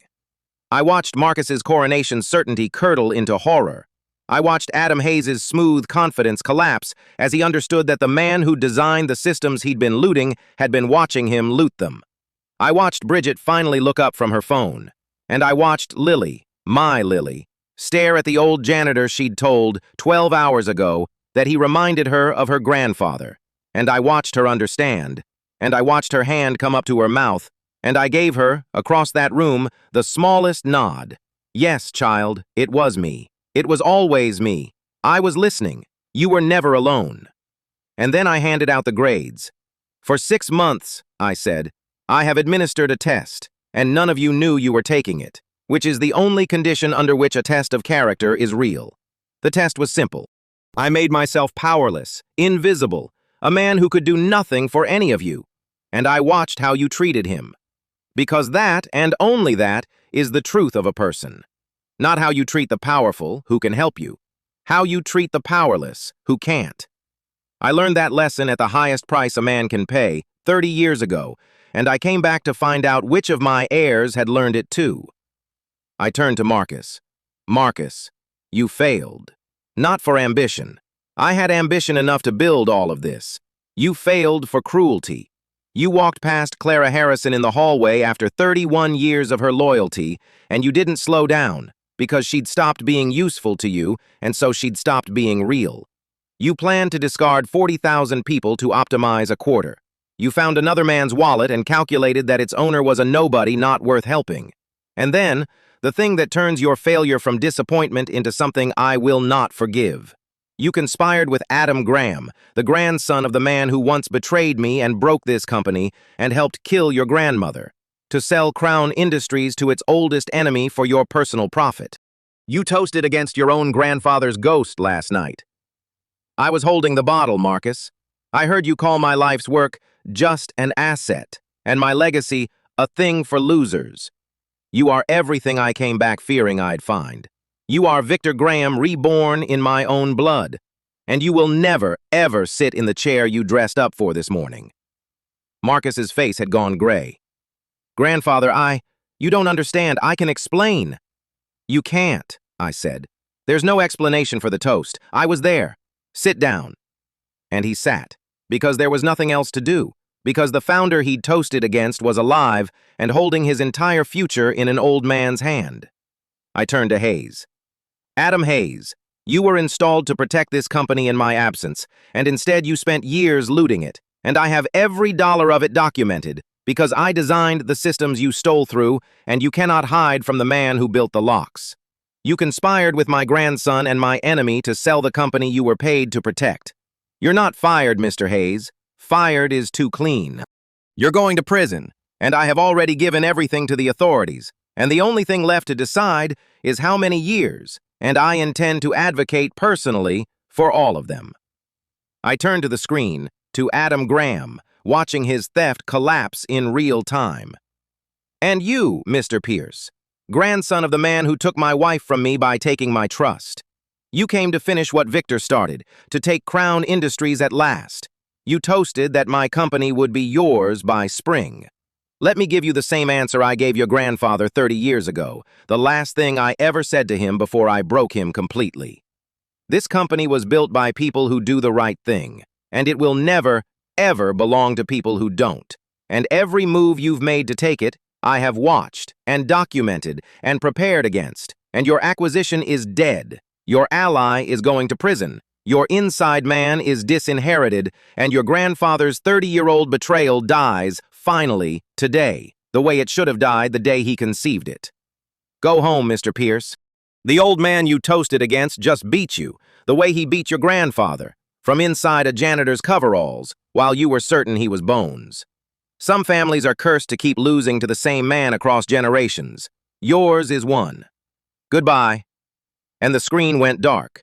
Adam Graham disconnecting from the ruin of his inheritance, and the rhyme of the oldest betrayal of my life ended at last. Not in grief this time, but in a boardroom, with the right answer, 30 years late. And then I turned to Lily. The whole room turned to Lily, the overlooked one, the written out one, the one they'd been about to destroy. And Lily sat there, pale and trembling and not understanding yet, and I walked across the boardroom I'd mopped 100 times, the old founder in the janitor's coveralls, and I stopped in front of my youngest grandchild. And I took the small, worn notebook out of my coveralls, the notebook of 6 months of grades, and I opened it to the page with her name, and I turned it so she could see, and I said, in a voice that the whole room could hear but that I spoke only to her, "Lily, you passed. You're the only one. You knelt down and helped an old janitor off a wet floor when you thought no one was watching, and it couldn't possibly matter. You held a discarded old woman at an elevator and swore to her that this wasn't the company your grandfather built. You returned a wallet and protected a vulnerable man and fought a manufactured lie with patient truth when you were alone and outgunned and certain you'd lose.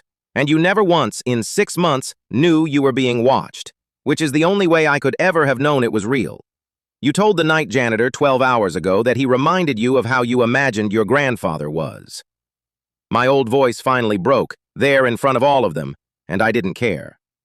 "Child, I'm not how you imagined your grandfather was. I'm your grandfather, and you were right about everything, about what this company was built to be, about the fact that doing right isn't losing slowly, about all of it. You held the line, and someone was listening, the way I promised you, the last person in the room you'd ever expect. And now the old man who can change everything is going to do exactly that." I closed the notebook. I turned to the stunned and ruined board. "I'm resuming control of Crowne Industries, effective immediately, as is my right as the controlling owner I have always secretly been. Marcus is removed and disinherited. Adam Hayes is removed and referred for prosecution.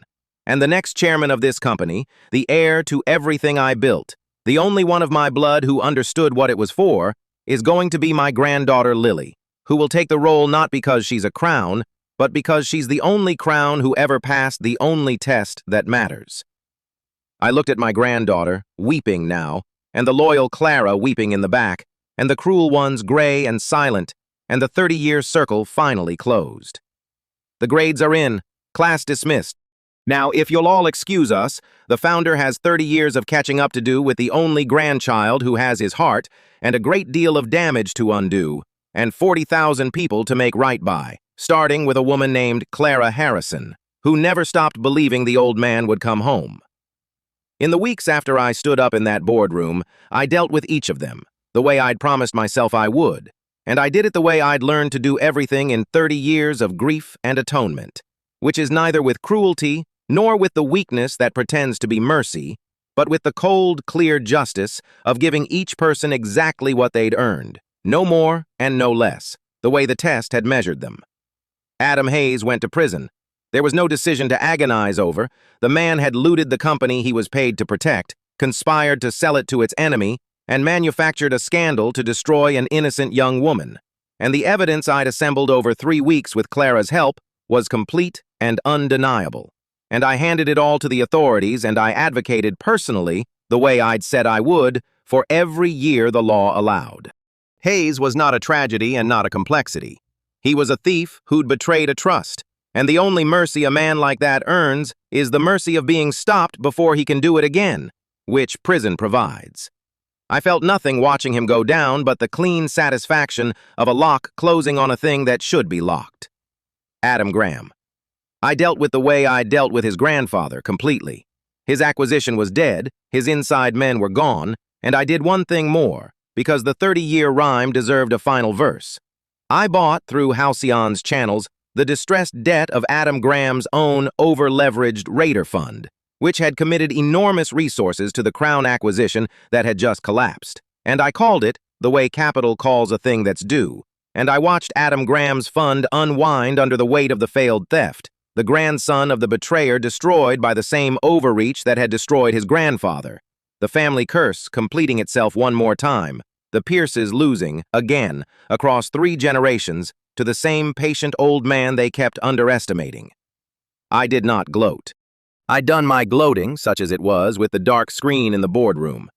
I simply let Adam Graham's own ruthlessness, the leverage he'd committed to taking what wasn't his, be the thing that finished him. The way I let everyone's nature be the thing that judged them. The Pierce line is finished now, in business at least, and the company they tried twice across 30 years to steal is safe, and Catherine's death, which their family caused, is answered finally, not with revenge, which would have been hot and would have dishonored her, but with the quiet, permanent fact of the thing she died trying to protect surviving, in the right hands, forever beyond their reach. That's the only answer to a death like hers that means anything. Not the destruction of the people who caused it. The survival and flourishing of the things she died for. I gave her that, 30 years late. Marcus was harder because Marcus was my blood, and because cruelty in your own grandchild is a grief as much as a crime. I disinherited him from any role in the company, completely, the way I'd announced, because a man who'd toasted against his grandfather's ghost and conspired to sell the family legacy to its enemy could never be trusted with power over other people. But I did not destroy him beyond that, did not pursue him into prison the way I pursued Hayes, because Marcus's crimes against the company, the conspiracy, were real, but had been stopped before they did their damage, and because, somewhere under the Victor Pierce coldness, he was still the grandson of the woman I'd loved, still Catherine's blood, and I could not quite bring myself to grind him to nothing, even though he'd have ground Lily to nothing without a flicker. I gave him what I gave the worst of the Beaumonts in another story I've heard, the thing that's worse than prison for a man like that, the powerless understanding of exactly what he'd thrown away.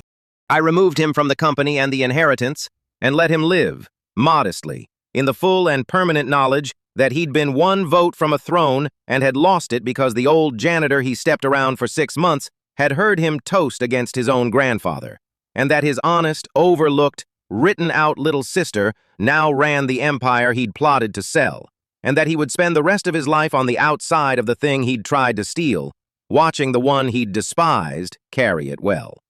That's Marcus's sentence, not bars, understanding. It's the worst thing I could have done to a man that proud, and it was also simply the truth, which is the only weapon I've ever fully trusted.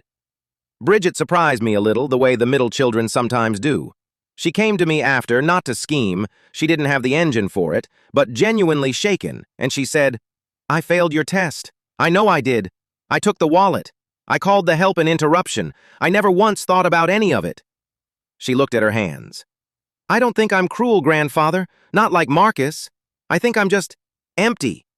I never had to be anything, so I became nothing, a brand, a thing in magazines.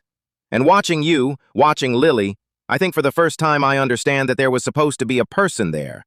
And I let it go hollow because being hollow was easy, and being a Crowne meant I never had to be anything else." It was the most honest thing I'd ever heard her say, and I gave her, in return, the only thing that honesty earns, which is a chance. "Then stop being hollow," I told her. "I'm not giving you a role in the company. You haven't earned one and you don't want one, not really. But the family funds a foundation, and the foundation does real work, and if you want to find out whether there's a person under the brand, go do something real with it, something for people who can't help you, the exact people you've spent your life not seeing. Earn your own substance. Nobody can give it to you, but I can give you the chance to build it, which is more than you've ever been offered, because everyone's only ever offered you the easy, hollow thing." Bridget took it, and she's 3 years into it now, and she's not transformed, people don't transform, but she's less hollow than she was, doing real work she'd never have touched, and that's something. That's a person beginning, and Catherine would have wanted me to give even the hollow one the chance to begin. And Clara Harrison I made right, first and most completely, because the test had a face, and the face was hers.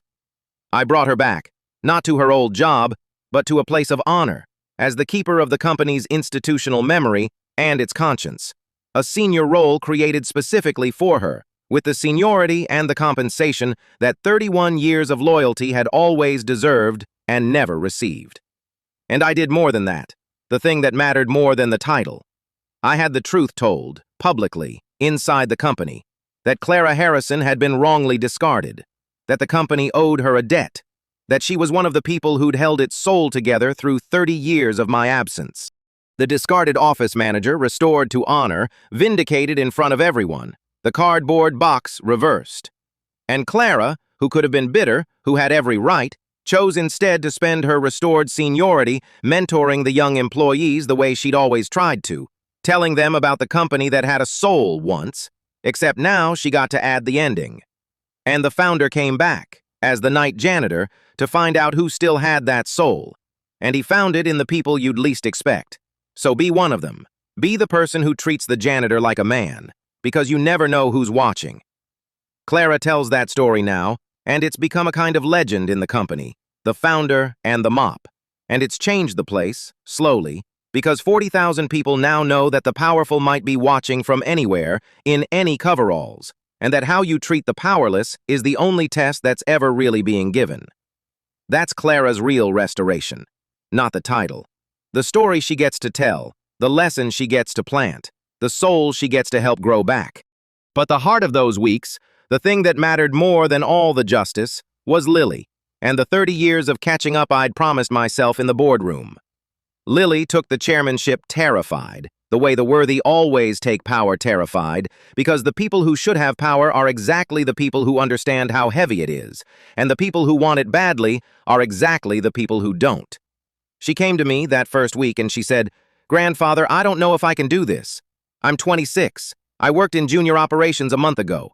Marcus spent his whole life training for this, and I just did my job and tried to be decent. How can I possibly run a company of 40,000 people?" And I told her the truest thing I know, the thing 30 years and a dead wife and 6 months with a mop had taught me. "Lily, Marcus spent his whole life training to take. You spent your whole life, without knowing it, training to carry, which is the only training that matters, and the only training that can't be faked. Running a company isn't about being the smartest person in the building. You can hire smart. It's about being the kind of person who, when they have power over 40,000 lives, uses it to carry those lives instead of to feed themselves. And that, child, you already are. You've been that your whole life, 3 floors down, returning wallets and holding old women at elevators and fighting lies with truth when you thought no one was watching. The job isn't a thing you have to become someone new to do. It's a thing you do by being exactly who you already are, at a larger scale. The competence you'll learn. I'll teach you, and the loyal people I'm bringing back will teach you, and Clara will teach you. But the thing that can't be taught, the thing that makes someone worth teaching, the carrying instead of the taking, you already have it, more completely than anyone I've met in 30 years. So you can do this. You're the only one who can. That's why she chose you. And Lily said, she? And I realized I'd said it, the thing I'd been carrying, and so I told her, your grandmother, Catherine, the woman you remind me of so much it stops my heart. She saw people clearly the way you do. She'd have known you in a second. She'd have been so proud of you it would have been embarrassing. You have her heart, Lily, the heart I was too blind to listen to until it was too late, and giving you this company is the closest I'll ever come to giving it back to her, to listening to her, finally 30 years too late. And my granddaughter put her arms around me the way she'd put them around Clara at the elevator, the way she put them around everyone who needed it, and we held each other, the founder and the heir, the grandfather and the granddaughter, 30 years and one dead grandmother between us, and somehow, impossibly, none at all. And I had the thing I'd given up hope of ever having, which was a piece of Catherine back in the world, carrying the thing we'd built, with her heart, into a future I wouldn't see but could finally trust. A year later, I can tell you how it all settled, because the settling is where a test becomes a legacy, and a legacy is the only thing an old man at the end of his road actually cares about. Lily runs Crowne Industries now, and she runs it the way I always dreamed it could be run and never quite managed myself, because I had the building in me but not the heart, not fully, not until grief taught it to me too late. Lily had the heart from the start. The competence she learned fast, the way the worthy always learn fast, because they're learning in service of something larger than themselves, and that kind of learning has wings.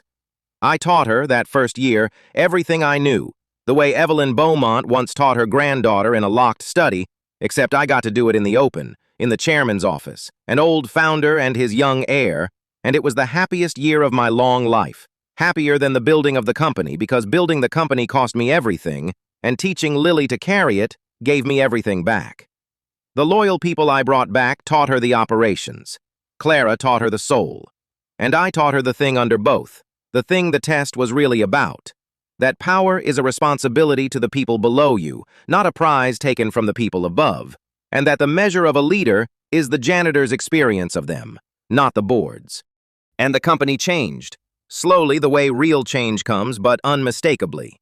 The layoffs Marcus planned never happened. Instead, Lily did the harder, slower, better thing, the actual work of making the company healthy enough to keep its people, and it worked, because it always works when someone's willing to do it right instead of fast.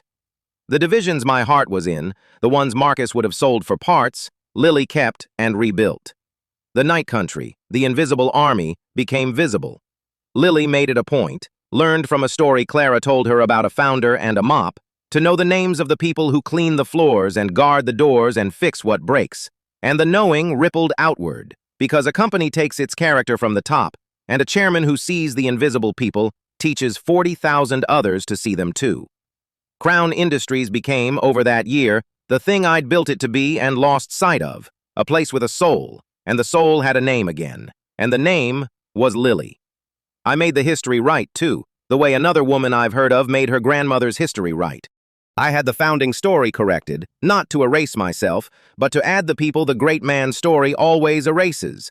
Victor's real role and his real betrayal told honestly. Clara Harrison named as the spine that held the company through 30 years. The night country acknowledged. Catherine honored at last as the woman whose clear sight I should have trusted, and whose heart now ran the company through her granddaughter. The truth told. It's the least an old man owes the people he built on and the wife he failed. People ask me, the few who know the whole story, why I didn't come back sooner. Why I let 30 years pass, let the Reeds loot and the Damians rise and the Marthas get discarded before I finally put on the coveralls and came home. And I tell them the truth, which is the hardest thing in this whole story to say. I didn't come back sooner because I was a coward. Not about danger, about grief. I couldn't bear to live inside the thing that had killed Catherine, the empire I'd chosen over her truth. and so I ran. For 30 years. And I called it grief and atonement and learning, and some of it was. But under all of it was cowardice, the inability to face the place where I'd failed her. And the cost of my cowardice was real. 30 years of the company rotting in my absence, the loyal discarded, the cruel rising, because I wasn't there. I have to carry that. Coming back, even 30 years late, even doing it right, doesn't erase the 30 years I didn't come back at all. The man who built the test was also the man who failed the people the test was meant to protect, by being absent. And I don't get to pretend otherwise. And I don't. But here is the thing grief taught me, the thing I'd give to anyone carrying a failure too heavy to set down. It's never too late to do the right thing, even when it's far too late to do it on time. I came back 30 years late. That's a real failure, and I own it. And I also came back, which is more than most cowards manage, and in coming back I found Lily, and saved the company, and made Clara right, and answered Catherine's death the only way it could be answered, and put the thing I built into hands worthy of carrying it into a future I won't see. Late isn't the same as never. Late, when you finally do the thing, is its own kind of grace, the kind you don't deserve and get anyway, the kind my granddaughter is named for without anyone having planned it that way. And I've come to believe that's not a coincidence, that Catherine, somewhere, named the heart of the family Lily because grace, the undeserved kind, the late kind, the kind that comes for the coward who finally comes home, is exactly the thing this story turned out to be about. I'm old now, truly old, and I won't be here much longer, and I've made my peace with that, because the thing I was afraid of, that I'd die having let the company fall to the cruel and the empty, that fear is gone. The company is safe, in Lily's hands, with Catherine's heart, and it will outlast me, and it will be, I believe, the thing I always wanted it to be. A place that does right by the people who can't help it. A place that knows the janitor's name. That's the only immortality I ever wanted, and I have it now, and I can go when it's time, without the terror that drove me away for 30 years. Because the test is over, and the right one passed, and the thing I built will survive me in the hands of the one grandchild who understood what it was for. I went back to the night shift once, after all of it, just once. Lily didn't understand at first. I was the founder now, restored, honored. Why would I want to mop a floor? But I needed to, one last time. So I put on the coveralls, and I worked a single night shift, the founder mopping his own executive floor at midnight, and George and Elena and the night crew, who knew the truth now, worked beside me and didn't make a fuss, because the night country understands that a man might need to say goodbye to a thing properly. And near midnight, mopping the 42nd floor, I found Lily, working late the way she still does, the way she always will. And she came and sat with me the way she had that first night. Except now she knew, and we didn't say much. The founder and the heir, the grandfather and the granddaughter, in the dark, with the mop. And she said finally, "Why are you doing this, grandfather? You don't have to mop floors anymore." And I said, "I know, child. I'm doing it because I want to remember. 6 months as the janitor taught me everything 30 years as the founder never did. I want to remember what it felt like to be invisible, so that I never, ever forget what it cost the people I made invisible. And I want you to remember it too. Come mop with me. Just once. So that when you're carrying this whole company on your shoulders, you remember the floor and the people on it, and the fact that the most important person in any room might be the one everyone else has decided doesn't matter." And Lily, the chairman of Crowne Industries, took a mop and worked a night shift beside her grandfather and learned the last lesson, the one I'd come back to teach, the one the whole test was always about. 30 years ago, I built this corporation and vanished. 6 months ago, I came back and mopped its floors and listened to my heirs divide my empire, fire the loyal, and laugh at the old janitor. And then I handed out the grades, and one of them passed, and the rest learned who signs their checks. But the grades were never really the point. The point was the lesson, the one I learned at the highest price a man can pay, the one I came back to teach before I die. That there is no such thing as a person who doesn't matter, that everyone is watching, that how you treat the powerless is the only true measure of who you are, that the man with the mop is exactly as human as the man with the crown, and that anyone who can't see that should never be given power over a single other soul. They thought it was a coronation. It was a final exam. And the only one who passed was the one who never knew she was being tested, because she was just being decent in the dark when she thought it couldn't possibly matter. It always matters. It's the only thing that ever has. I'm the old janitor. I built everything you see. I gave it to the girl who helped me off the floor. And if you're reading this, wherever you are, in whatever room, remember, the person emptying your bin, cleaning your floor, whom you've decided doesn't count, might be the one person in the world who decides your entire future. So treat them like they matter. Not because they might be the founder in disguise, because they're a person, and that's enough. And it was always enough. And the only people who ever fail the test are the ones who needed a reason beyond that. Be the one who passes. You never know who's watching. It's usually the old man with the mop, and he keeps score, and the grades come due, always in the end, for everyone. So here is the last thing I'll leave you with. The whole of it, distilled. The lesson a billionaire spent 6 months on his knees with a bucket to learn and earn the right to teach. The world will tell you that power flows from the top down, that the people who matter are the ones with the names and the chairs and the fortunes, and that the people who clean up after them are background, scenery, furniture. The world is lying to you, the way it lied to me for 20 years, the way it cost me my wife and nearly cost me my legacy. The truth runs the other way. The people who matter are the ones who can see the people who supposedly don't. The only power worth having is the power to lift the people below you, and the only test of a soul that has ever meant anything is what it does with the powerless when it thinks no one is keeping score. Someone is always keeping score. Sometimes it's an old man with a mop. Sometimes it's just the universe, patient and exact. But the score is always being kept, and it always comes due. And when it does, the only thing that will matter is the one thing the takers never believe until it's too late. That the soft, the kind, the carriers, the ones who saw you when you were nothing, were the strong ones all along, and that you were standing on their shoulders the entire time you were sneering down. Be the one who passes. Treat the janitor like a man. Not because he might own the building, because he's a man, and that was always enough, and it was always the whole test, and you knew it all along.